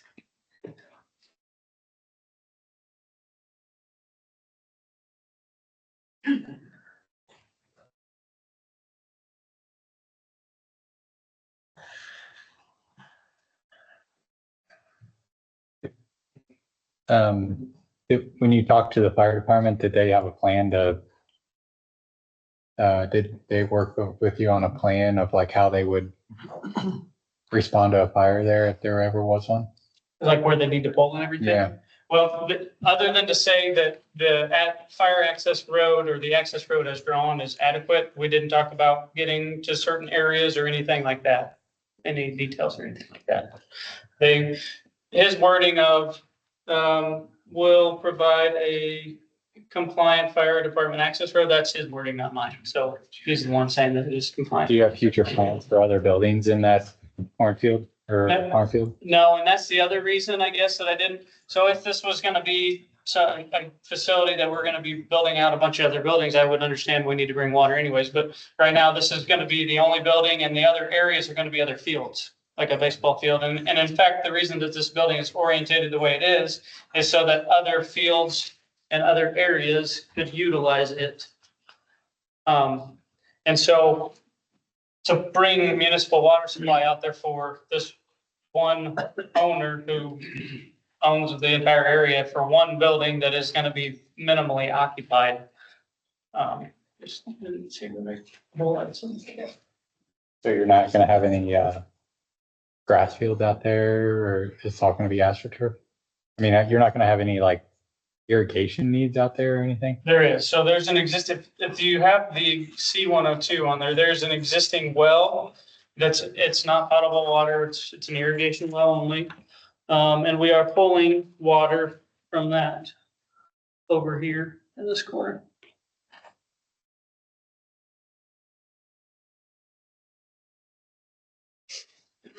So yes, it is, they are grass fields. There is irrigation.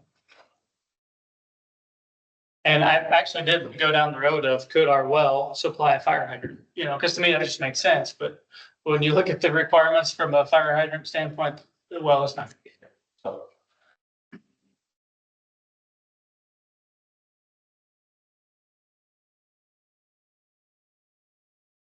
Is there gonna be any cooking in the concession area? It's not planned to, just with warming ovens or microwaves, that's about it. There's gonna be no stoves or anything. Sure. Nacho cheese, you know, whatever you get, might go football.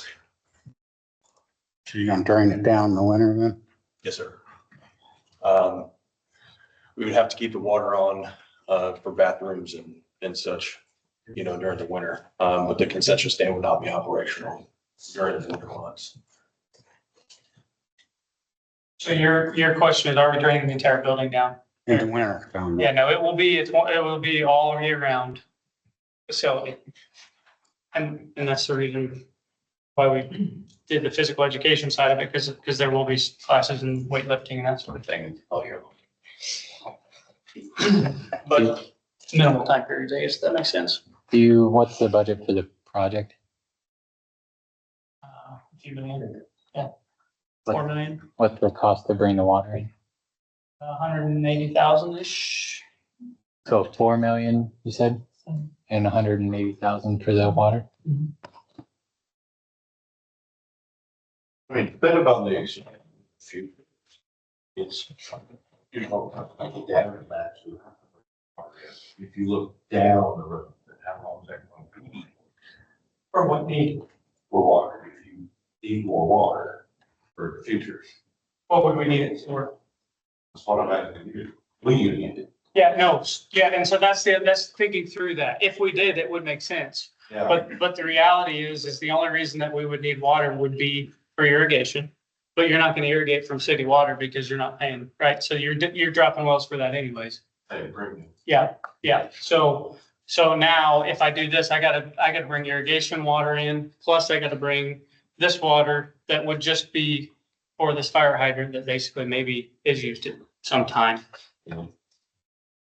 So there's no plans for the fields right now in the future? Not other than what you see there, no. We don't have anything on paper in terms of future development. Nothing in your head? Well, there's stuff in my head. So there is a dream plan, right? Because Faith always dream. If you know them, they're always dreaming, which is great. But basically, there's been how many renditions? Probably 3. Yeah, and most of them show, and correct me if I'm wrong, soccer fields down here, Yeah. baseball fields here, and another parking lot. There's more retention that would have to be done there. So another pond somewhere. So basically 3 baseball fields-ish and another parking lot and soccer fields. So no more buildings? No more vertical structure. And that's kind of why we designed it the way we designed it, so that there would act as a centralized hub to other things, and we wouldn't have to add that kind of thing to.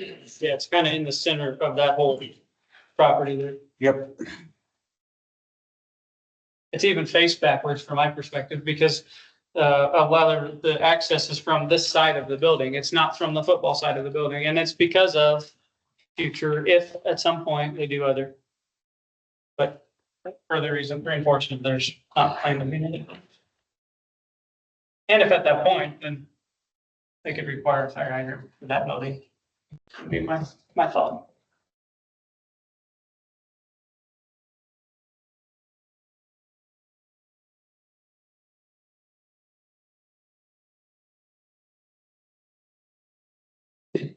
Did Chairman recuse himself or what? No, he said he'd be right. Yeah. Just step out.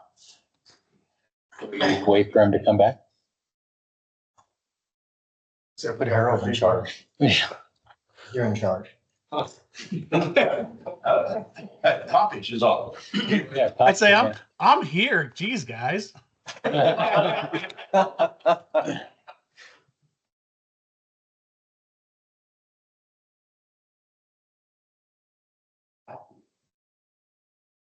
So what's the feeling in the room? It makes sense to me with what they brought to us. Makes logic. The percentage of cost is a little low compared to what we've typically, I mean, typically there's no hard fast rule, but I feel like we're always hovering around 10% as the threshold. Yeah, as a general rule, we've looked at least 10%, and my numbers show this is around 4.5%. Yeah, so from our perspective, it isn't only a cost issue, it's just the fact that we're bringing water for something that's not gonna be used. Well, Hopefully. you don't want to ever use it, but when you need it, it's certainly nice to have. Yeah, but by the time it was used, so just, let's play that out. Building's on fire. By the time it's used, you know, at what, 6 minutes maybe? I mean, this is a 6,900 square foot building. And it's 58. Yeah, but that's not our decision to make. Yeah. You know, to do that type of analysis, right? And so the reality is when you buy property, right, you're going through the whole concept of, well, where's my nearest fire hydrants? What are my costs? What am I gonna have to do? Right? And this is just one of them, right? And then I've been through this, right? We've got to extend fire hydrants to our building and it costs money. And it's just part of our project. It's part of the project cost, right? And I totally understand looking for the variance because I totally understand the explanation, but I'm of that same opinion. I don't think the cost is prohibitive to doing a project like this, especially when you're looking at it. You know, there's expansion, there's a lot of other things you want to do on the site, even though there's no new buildings. But at the end of the day, we don't know if they're, you know, 5 years from now, 10 years from now, all of a sudden there is a need for another building. And then we're back in for another variance because again, we're talking about the size of the building. So. Yeah, but they could. It should happen. Yeah, and then if they decide to do if you guys decide to do a field house in the future, you would have to, if we granted this variance and needed a field house in the future or something, they would have to come back anyway, you know, because they still wouldn't have it. Yeah, we still need it down the road. Yeah, you're not granting a variance for the entire property, it's just for this one building. The 4 million cost, I mean, to Lance, my own comment about percentage of cost, right? Usually we're comparing the percentage of the hydrant to the percentage of like a building cost, where most of the cost here is probably site work and. Yeah, so because it is such a small building. But you could move the building closer to that. Well, yeah. I understand why it's located the way it is. I agree with that 100%. Why you located it there, but it could be closer. Yeah, can you just pick it up and move it? From an ADA standpoint, we got issues getting to the field, man. Yeah. No ADA issues. We're not talking. The other issue that, you know, so there is a high pressure gas main that if we were to bring water here, that we're gonna have to tangle with and we want to be as minimally involved with that thing as we possibly can. So, right now we're wanting to stay as far away from that as we can. So that did play into it. I know that's not your guys' problem, but that is valid in my opinion. So. I mean, everything else is in play. I know it's 4.5% of what the project is, but I mean, I don't know. What's your building worth? 600? What's the building worth? Oh, no. I mean, this is basically a large home. I don't even know off the top of my head, but it's not, it's just construction with not a lot in it. There's not, you know, and maybe 2 to 400,000. I don't. It wouldn't matter because you said, hey, it wouldn't matter. You served that. Well, I'm not trying to be crass. I'm really. No, I I know. was trying to give you a little edge there. I think that was. At $100 a foot. There's a difference between the total project cost and the actual building cost. And while you're working off the total project cost, maybe 4%, the building cost is probably somewhere 15, 20 or higher percent of Yeah. the building. Yeah, even if it was 600, even if it was 600, You right? said 6,000 square feet. I just used 100 to be easy. Yeah, no, yeah, you're probably right. And I'm not the project manager, I'm the supervisor, so I don't know that off the top of my head, so. Cheap's gonna be 300. Yeah, so let's say it's 600, what's 600 divided by 150? And it's how much to bring the water in. Like 30%. Like 150 to 180? That's a bigger percentage. Yeah. That's no brainer. Make a motion. I make a motion to approve. Second. Yes, we have a motion and a second to, Commissioner Burgess, Yes. Commissioner Cook. If we approve this, yeah, again, if they decide to do another building, they would still have to, they'd still be in, this would come up again, right? Am I? Yes. Yeah, okay. It's only if they It's only for decide the, to Yeah. build again, they'll be in non-compliance. Yeah, okay, so, yes to approve. Right, Commissioner Chris. Yes. Commissioner Davidson, Yes. Commissioner Height, Yes. Chairman. Yeah. And step out. Okay. Commissioner Patarino, Yeah. Vice Chairman, Yes. Commissioner Porter, yes. Commissioner Slaughter, Yes. Commissioner Wagner, Yes. Commissioner Sam. Yes. Thank you all very much for your Thank time. you very much. Thank you for what you do too. I know this can't be fun. Be experienced. They have us. I had a blast. You weren't in the rain? Make note on record that our vice chairman did a very nice job. Yes. And what go me into it. Okay, next up, we have 240737 Franciscan Operations Center, Fort Wayne. Code mandates that a group S1 fire area exceeding $12,000 or $12,000 square feet is to be sprinkled. But this has a upholstered furniture section in it, that's over 2,500 square feet. And they are requesting that they install a fire alarm and smoke detection system instead of a sprinkler system. And why was this referred to the commission? This is. I'm done with this. The LFO is opposed to this variance.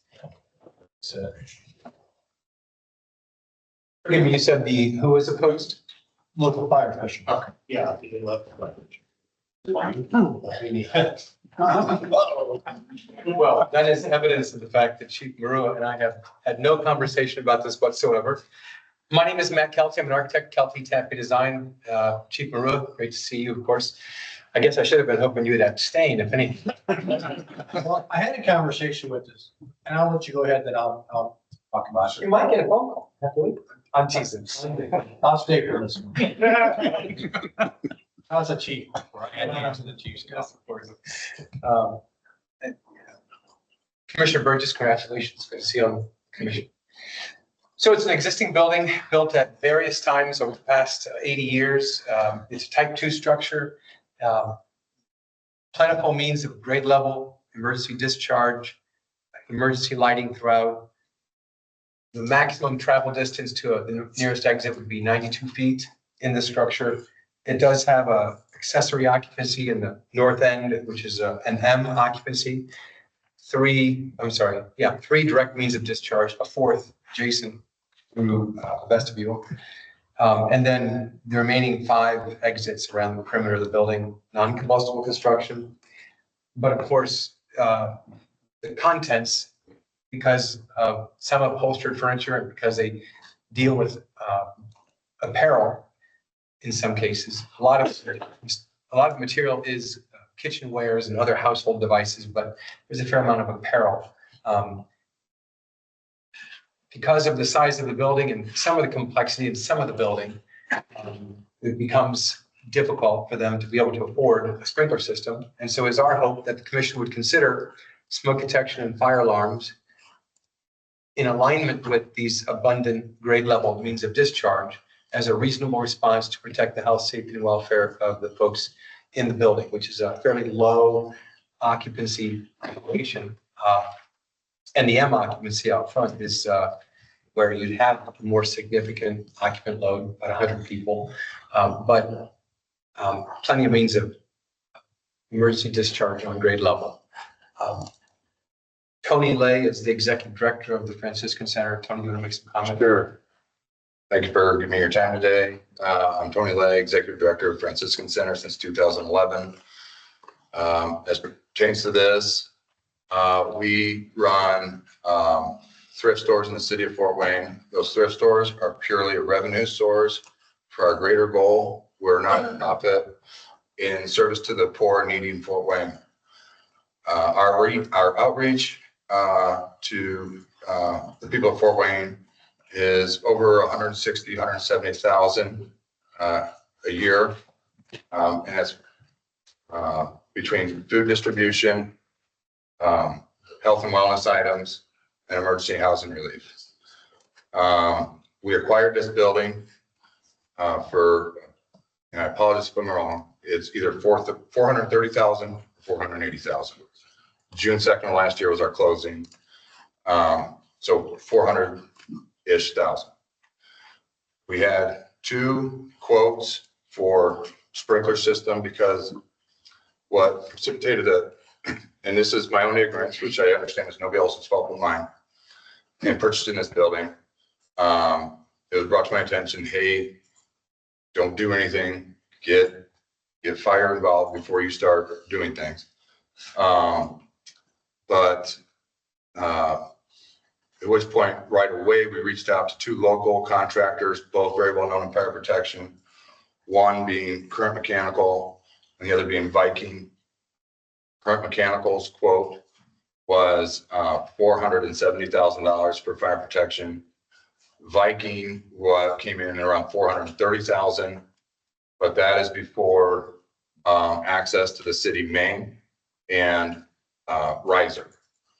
So that was that quote came in around $33,000 before permits. And if anybody's familiar with this area of Fort Wayne, it is East State Boulevard, just east of southbound, or I'm sorry, just east of northbound Wayne Trace or Lafayette or Spirun, sorry.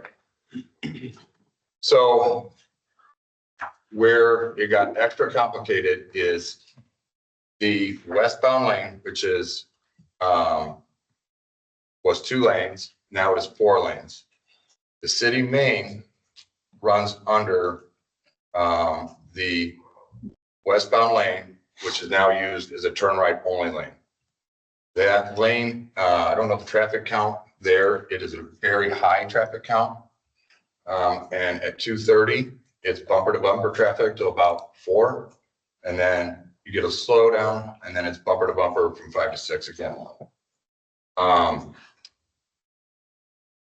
So in this particular building, we have one neighbor to our east, which was the previous owner. This was a 3-building complex owned by Kelly Chevrolet. The building that we now occupy was their sales floor. It held 8 maintenance bays for standard vehicles, 4 maintenance bays for large vehicles, and an oil change bay where people pulled right in off State Street. There's a drive-through oil change. As it is now, we only have 1 structure as a neighbor. I tried to look it up on GIS a little bit ago, but it didn't translate on cell phone very well. But it's approximately 50 feet to our east. Then we're 3/4 surrounded by the St. Joe River and then the road. We have 2 fire departments in immediate proximity of us. I would say one being under 1 3/4 mile, and the one I estimate to be under 2 miles, maybe 2.5 miles. Closer than that, Tom. He's talking about Crescent Avenue, which has got to be 1.5 miles. And he's Station 10 at the corner of Crescent, I would probably say it's a little bit further than that. It's at the corner of Vance and Crescent. It's 6 minutes away. Yeah, I guess downtown is what, 4 minutes away?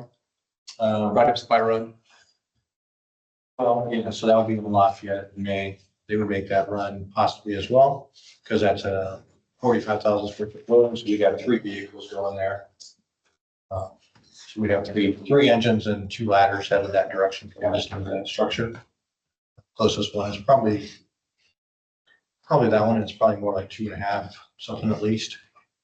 At least, I would say. Not far. Okay.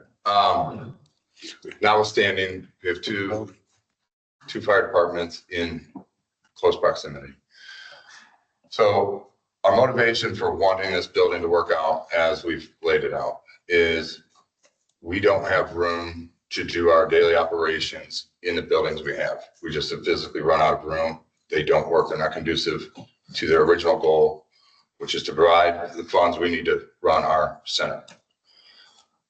We were given this building. We weren't given it.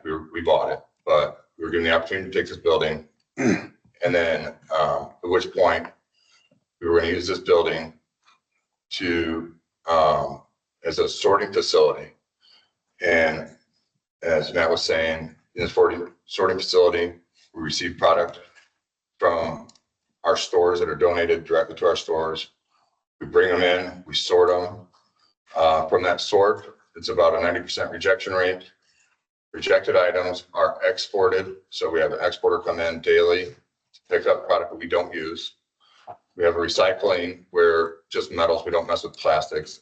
And so we have metal, and then we want to transition the front showroom into new, used, discount furniture. And, you know, I won't go into the whole minutia of how that comes about, but the rooftop demographic would outline that that is a good use of space for us to generate revenue out of that portion of the building. Again, we are a 501c3. This isn't for profit whatsoever. It's purely a means of generating revenue to serve the poor and Fort Wayne. That having been said, I'm sure I didn't answer everybody's questions. So any questions you guys might have? This was Kelly Chevrolet. Correct. So Just looking at it. Yeah. And it doesn't have sprinklers. no, it never had sprinklers. And again, I go back to my own naivety, which is again on me. It should be said over lunch, I was talking to Tony and he said, you know, I said, you know, if they need more information, it's always better to get tabled than denied. And he goes, well, if they don't approve us, I'm just gonna sell the building, you know, which is not to put pressure on you guys. If there's something you think we should do to make it better, achievable, then I think Tony might be, you know, and so the goal is to make it so that not putting sprinklers in doesn't result in an inordinate risk to health, safety, and welfare. The abundance means of grade level discharge helps, smoke detectors, an NFPA 72 compliant fire alarm system. And we could do that with notification. I mean, there's a number of things that we might want to do to, I think, allay any concerns you have in order to achieve this variance to help the Franciscan Center keep moving forward. Fire in this building and the engine show up, are they basically shutting down State Boulevard? Yes. We're gonna have Because to. they're gonna be, you're just gonna shut traffic down in both directions, right? There's a large, well, of course, it depends on where the fire, and Chief Maru would know better. Hydrant's right across the street. But there's large parking lots. Hydrant right across the street looks like, So, right in front of it. so you're gonna shut it down. So, yes. Yeah, it's all the way across the street though. Yeah, that's what we would do. So, Yes. So Mr. Lane and I had a discussion after we found out that they were already using the building or had been in there for some time using the building because we found out that there was farmer's market and they were doing storage of the material, distribution of materials. They had furniture already in the structure. Discussed with Mr. Lane, said, hey, we understand you're trying to do good. We'll allow you to continue. We want to get a fire alarm system put in here for now until you can afford to put a sprinkler system in. Which that was in good faith to do it that way. So, Um, I apologize, I didn't mean to cut you off. So the building needs to be sprinkled, obviously. So they do, obviously, like I said, there's a farmer's market in there. They have clothing that they do distribution out of a large area where they are gathering this type of items. And then they have a large area where there will be furniture stored. And we all know what happens to furniture stores, because that's the whole reason that we now have to sprinkle furniture stores, because we killed 6 firefighters in a fire, in North Carolina. So reason being that we now put sprinkler systems in those furniture stores. And then they also build wood sets in the back of that building for the theater, for the high schools, like Bishop Dwenger, things like that. They were, the times that I have been in that building. Yes, that was a temporary. Times. Yeah, so that was a 3-month, so Saints Live is Bishop Dwenger's annual event. And that was a 3-month deal, one-time deal. Farmers Market's no longer with us. But the building, so the whole gist of that is that it was a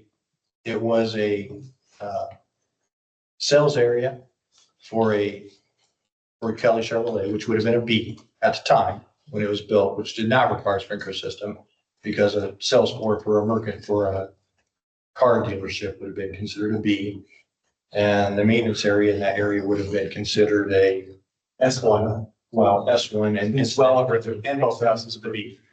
But now it's become an S. The whole facility has become an S, because now you have a warehousing and distribution center out of the majority of it. And you have a furniture store in a large portion of it now.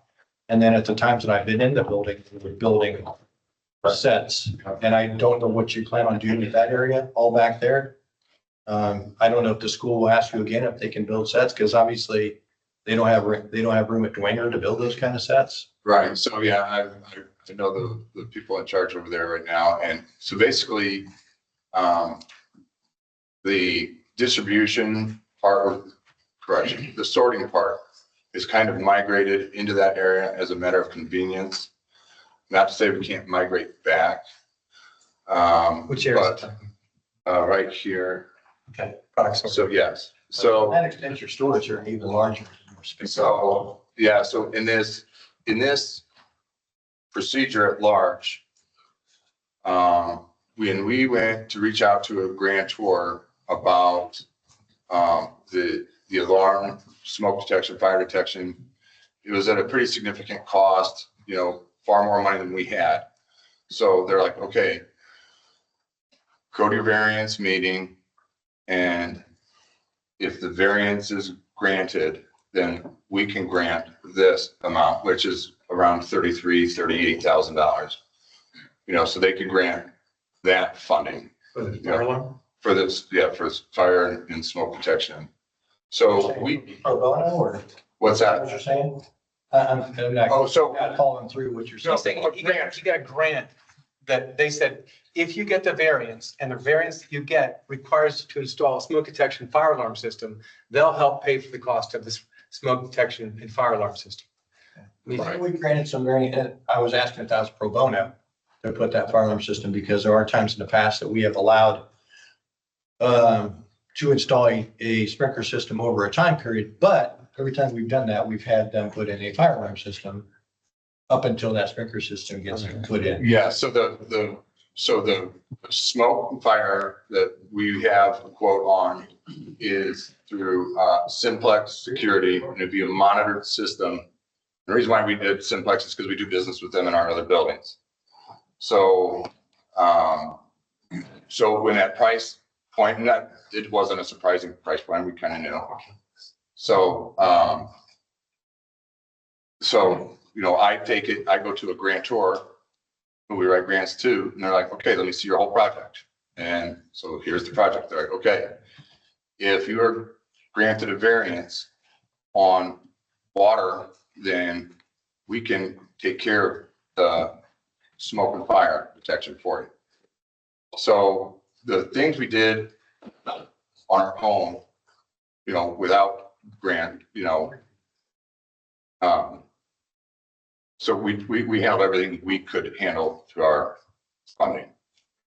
Well, and the good thing is that there's no more farmer's market. They're not going to allow folks to build stages in there in the future. This is purely for the Franciscan Center. And I believe, Chief Marua, I could be wrong, but I believe the bulk of this facility was an S1 all along. Well in excess of 12,000 square feet. He's still an S1. But, you know, we are looking at establishing an M occupancy in the front, which would be an accessory occupancy to the S. Well, the stipulation here was that it was considered a B as far as occupancy goes. It was considered a B.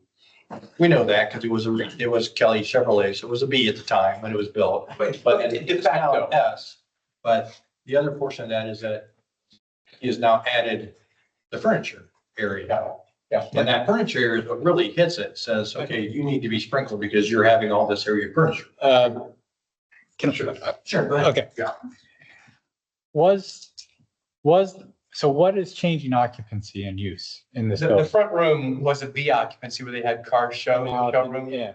And now it's an M. Okay. And then all the other S1 areas were S1, yeah. were S1 and are remaining S1? Well, and Jim is suggesting that or perhaps and I don't know the sequence in terms of timeline. I think the original building, which sort of stands out on the drawing, is a 1938-ish building. And then it's been added on to a number of times. And I don't know for a fact, but you can almost see as they calculated areas based on the 10,000 square foot mentioned in the automotive repair, you know, they're staying under 10,000 square feet. But none of those openings, these are all masonry walls. Our drawing is small. Are they fire barriers or? Well, arguably would be a rated separation, except the openings are large and there's no, not all of them have a fire rated floating overhead door with fusible link. Correct. Some of those doors, they needed to be repaired or they were removed. Right.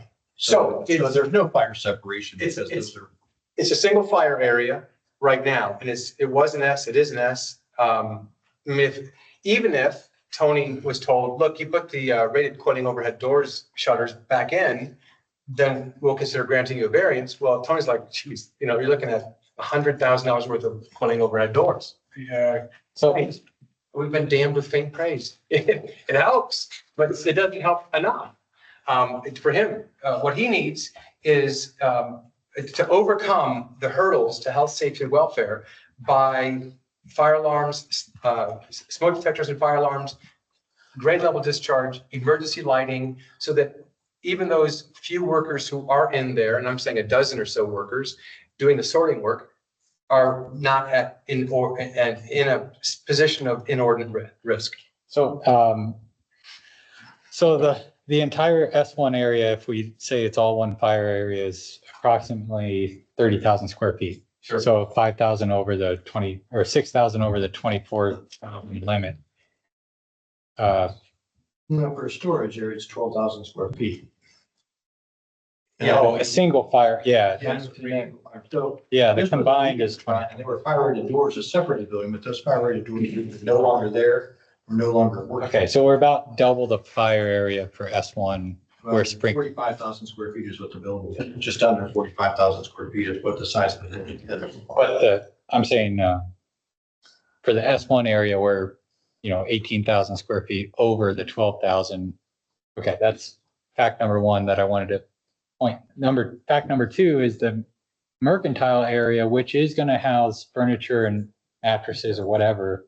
That would fall under the exception 4 because it's under 5,000 square feet. So it wouldn't need a sprinkler system in that area. So over 2,500 square feet. Okay.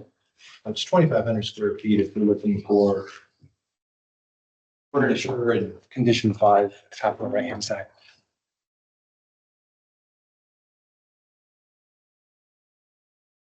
I hate to give you evidence there. No.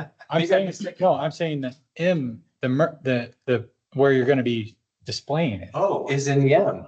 It's the not the S. Yeah. If you're not storing any Thank you. furniture in the S1 areas and you're just putting it in the M area, Thank you. that's under the 5,000 square feet, which would be an exception. See, I think that the furniture store it becomes a furniture. It's not truly an M because it's now a furniture store. Commissioner Cook, I I can't put furniture in there.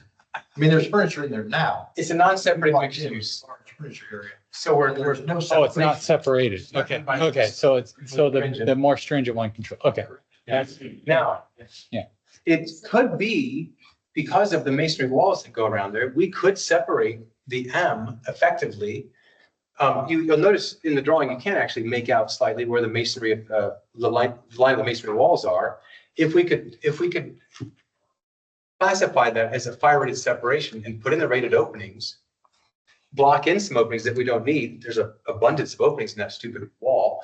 We could block those in, put fire rated openings where they need to be to maintain its functionality. That then would take care of condition 5 under the S's, right? And we'd be under 5,000 square feet in the M. As an architect, you're going to design that. And we don't design it for you. No, I'm not asking you to design it. I'm just saying, if then, I think that does make sense. In terms of the furniture, upholstered furniture aspect of this, it takes it out of the S. You wouldn't be able to store any furniture in the S1 areas at all. None. But you could separate your M area where you are selling it from your S1 areas, if I'm understanding this right. No upholstered furniture back here, only up here. Okay. But that's a different issue, right here for. But you're still 18,000 square feet over S1 area. Correct. Which is the other hurdle you got to get over. So I'm just. And I don't know how they got around in the first place. I mean, well, actually, when the building was built, and it's kind of like several ladies, chief. Exactly. So Is that a problem that name in that? Maybe a little bit. yeah. So were they in legal existence? Somebody really looking into So- what we look at today. Right. You know, So it wasn't in legal existence without a sprinkler system. Okay. We didn't have the cheap brews we have today. Yeah. True, it's good, thorough. So I'm just, I'm not saying that you're gonna get approval, but I'm saying, that's how I'm looking at it, right? No, it does mitigate, and certainly if we could come back with a separation between the M and the S, doesn't help you, Tony, I know, you want this thing resolved. But if we did separate the M from the S, you couldn't store anything back in the S. Right. But it might be a better solution. Again, members of the commission might not see the same peril as Chief Marua does, and I'm not even saying you do. because, obviously if something does happen in there, we have a huge high school across the street. We have a couple restaurants close, and we have a community that are 3 sides that are all around that building. Well, he said 50 feet. I think we have 60 feet all around that building, including the public way to the north. I'm just talking about the if there were to be fire, so that's detriment to the community that's around it, the additions that are right around there, where we would be at. So. Yes. I mean, the restaurant across the street could catch fire and it would, the restaurant across the street could catch fire and it would cause a similar disruption. Any fire would. It's quite a bit smaller than the restaurant across the street. Burn more quickly. Yeah, more open, but high school across the street, it was sprinkled. Yes, it is. Well, and I think everyone's in agreement. That is the right move. It's to sprinkler this building. It's just, we're here on the case of hardship. And if we can ameliorate that risk by putting in an effective system of smoke detection, fire alarms, emergency lighting, plenty of exit grade level discharge, I think it tamps down to an acceptable level, the risk to health, safety, and welfare, or I wouldn't have brought the case. It's not 100,000 square feet. It is, and now you have stated square footage a couple of times. I think it's 37,000 square feet. I think if I added it up, I think somewhere in here it tells us it's. 43. Structure is being. You're right. So it's, You're right. Structure featuring a total of 44,953. Which I was thinking earlier about the case where you had an 87,000 square foot building. I'm like, oh, we're half of that. Still big building. Yeah, I mean, yeah, you got 30,000 S1, 5,000 M or S1, and then 7,000. You only have public in the front. Only in the front. Yeah. And how many employees in the back? So about 6 employees work in all those S1 areas combined. There's about 6 employees. And most of it's just storage of material. So, we don't, we have, A floor scrubber is the only machinery that goes on. Again, trying to think of similar, we have a refrigerator and a microwave and a floor scrubber is the extent of our machinery back there. It's a masonry and steel building. Did you include, you didn't include the quotes that you got? No, I didn't. In your application? I can provide those. 400,000 plus. Yeah, so again, it was, yeah, it was 470 from current mechanical. And that was all in sprinkler riser, tapping the water main, the whole 9 yards. And then Viking was 430 before the tap. And the tap is a big question mark because It's under the street out front. yeah, it's under State Street. Primary east-west corridor through Fort Wayne's north side. We get that, and, you know, I'm sorry, you didn't come to us ahead of time. You know, had that, and that happens all the time. People, Oh, yeah. a lot of times they purchase a building, they have a realtor tell them that, sure, Yeah. this is perfect for you. And then Well- come to find out that you have to put in a couple $100,000. Can you commit to, what can you commit to in the future? As far as what, I'm sorry. Getting the sprinklers in, So like he was if, suggesting. so even if we could get a conditional, you know, and I know you said you've been burnt on these conditionals before, but if we could get a conditional and generate revenue, even if we had a signed contract with, say, Viking and say, hey, we want to start this process, you know, let's get the riser out here by summer of 25, you know, and then we're generating revenue by that time and say, okay, it's got to be completed by 27 or some. But that is the conversation you and I had in your structure, when I said, we would be willing to go along with that in a timed period, as long as you put a fire alarm system in. Correct. In the meantime. And so, and it's my apologies if I went about this the wrong way, but it was under my limited understanding that go through the variance process, we can work with you and I don't want to misquote you, but you were understanding in the fact that you said, I understand you got to make some money. Correct. And so that's why I'm here today is because I feel like I'm going through the process I was instructed to go through. And I'd be willing to do that. I mean, you know, we've done that in other cases. So, you know, my thing would be to say, put in the fire alarm system and we'll give you a time period to put that fire sprinkler system in. Yeah, so is that acceptable? That's great.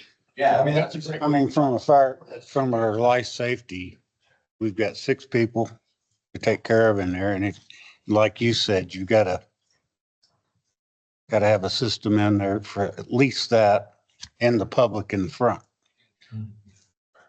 How does that change things, what you were talking about, classification on the? Oh, I mean, if they're agreeable to put I was just off, they can look at a different option. But like I was in the mindset of like, you didn't want to put the sprinkler system in, right? But if you want to put it in and have a timeline for it, that's kind of 2 different avenues. If you're willing to commit to a timeline, it seems, I don't want to overpromise.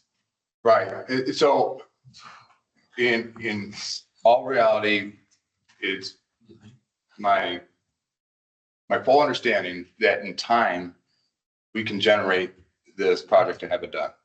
And as far as, let's say we say, hey, get the riser in first. You know, the hardest part, it's not really the hardest part, but it's the most intrusive part to the city of Fort Wayne. So the riser's in and, you know, we've got, boom, high pressure water right there at the building. We can do that. We can start on that right away. And I believe that our grantors say, okay, you know, 36,000 or whatever the price would be. We'll take on the riser, you take on the sprinkler system. Okay. So can you commit to getting the tap? We're going to do this. If the commission agrees, we'll do this smoke detection and fire alarm immediately. Within 1 year, have the water tap and sprinkler riser in the building. And then within 3 years after that, have the full building sprinkled. Yes. Yes. So we've never gone that long. So the longest we've gone is 3 years total. I see. So 3 year, it could be done in 3 years total. Is there a problem we go for? I'm just saying that we won't. So we're looking at, so if you install a fire alarm system immediately. Yep. And then we went from 3 years from January 1st of 2025. Okay. That'd be January 1st of 2028. So in the name of full disclosure, the fire alarm company, they've submitted us a quote, but we're not in the queue yet, but we would go first of business and get in the queue. So if they say we're 4 weeks out or 6 weeks out. Yeah, that's you'll just have to have. He wants that done by the first of the year. right. Yeah. So, And then yeah, that's when the clock starts ticking up in 3 years. Just keep him in the loop. yeah, absolutely. Oh, And there's up there. I mean, and if you go over that, you could come back in 2027 and be like, hey, we're 6 months away from being done. We're this close. Yeah. Right? 7% sprinkler, we get back. And when you're done, you're gonna have a nice sprinkler building. Yeah. Yeah. It's true. It's worth a lot of money. That's worth a lot. Yeah. It should be worth exactly twice as much. So, I'll proceed with the motion if I got the temperature of the room right. The motion is to the approval, the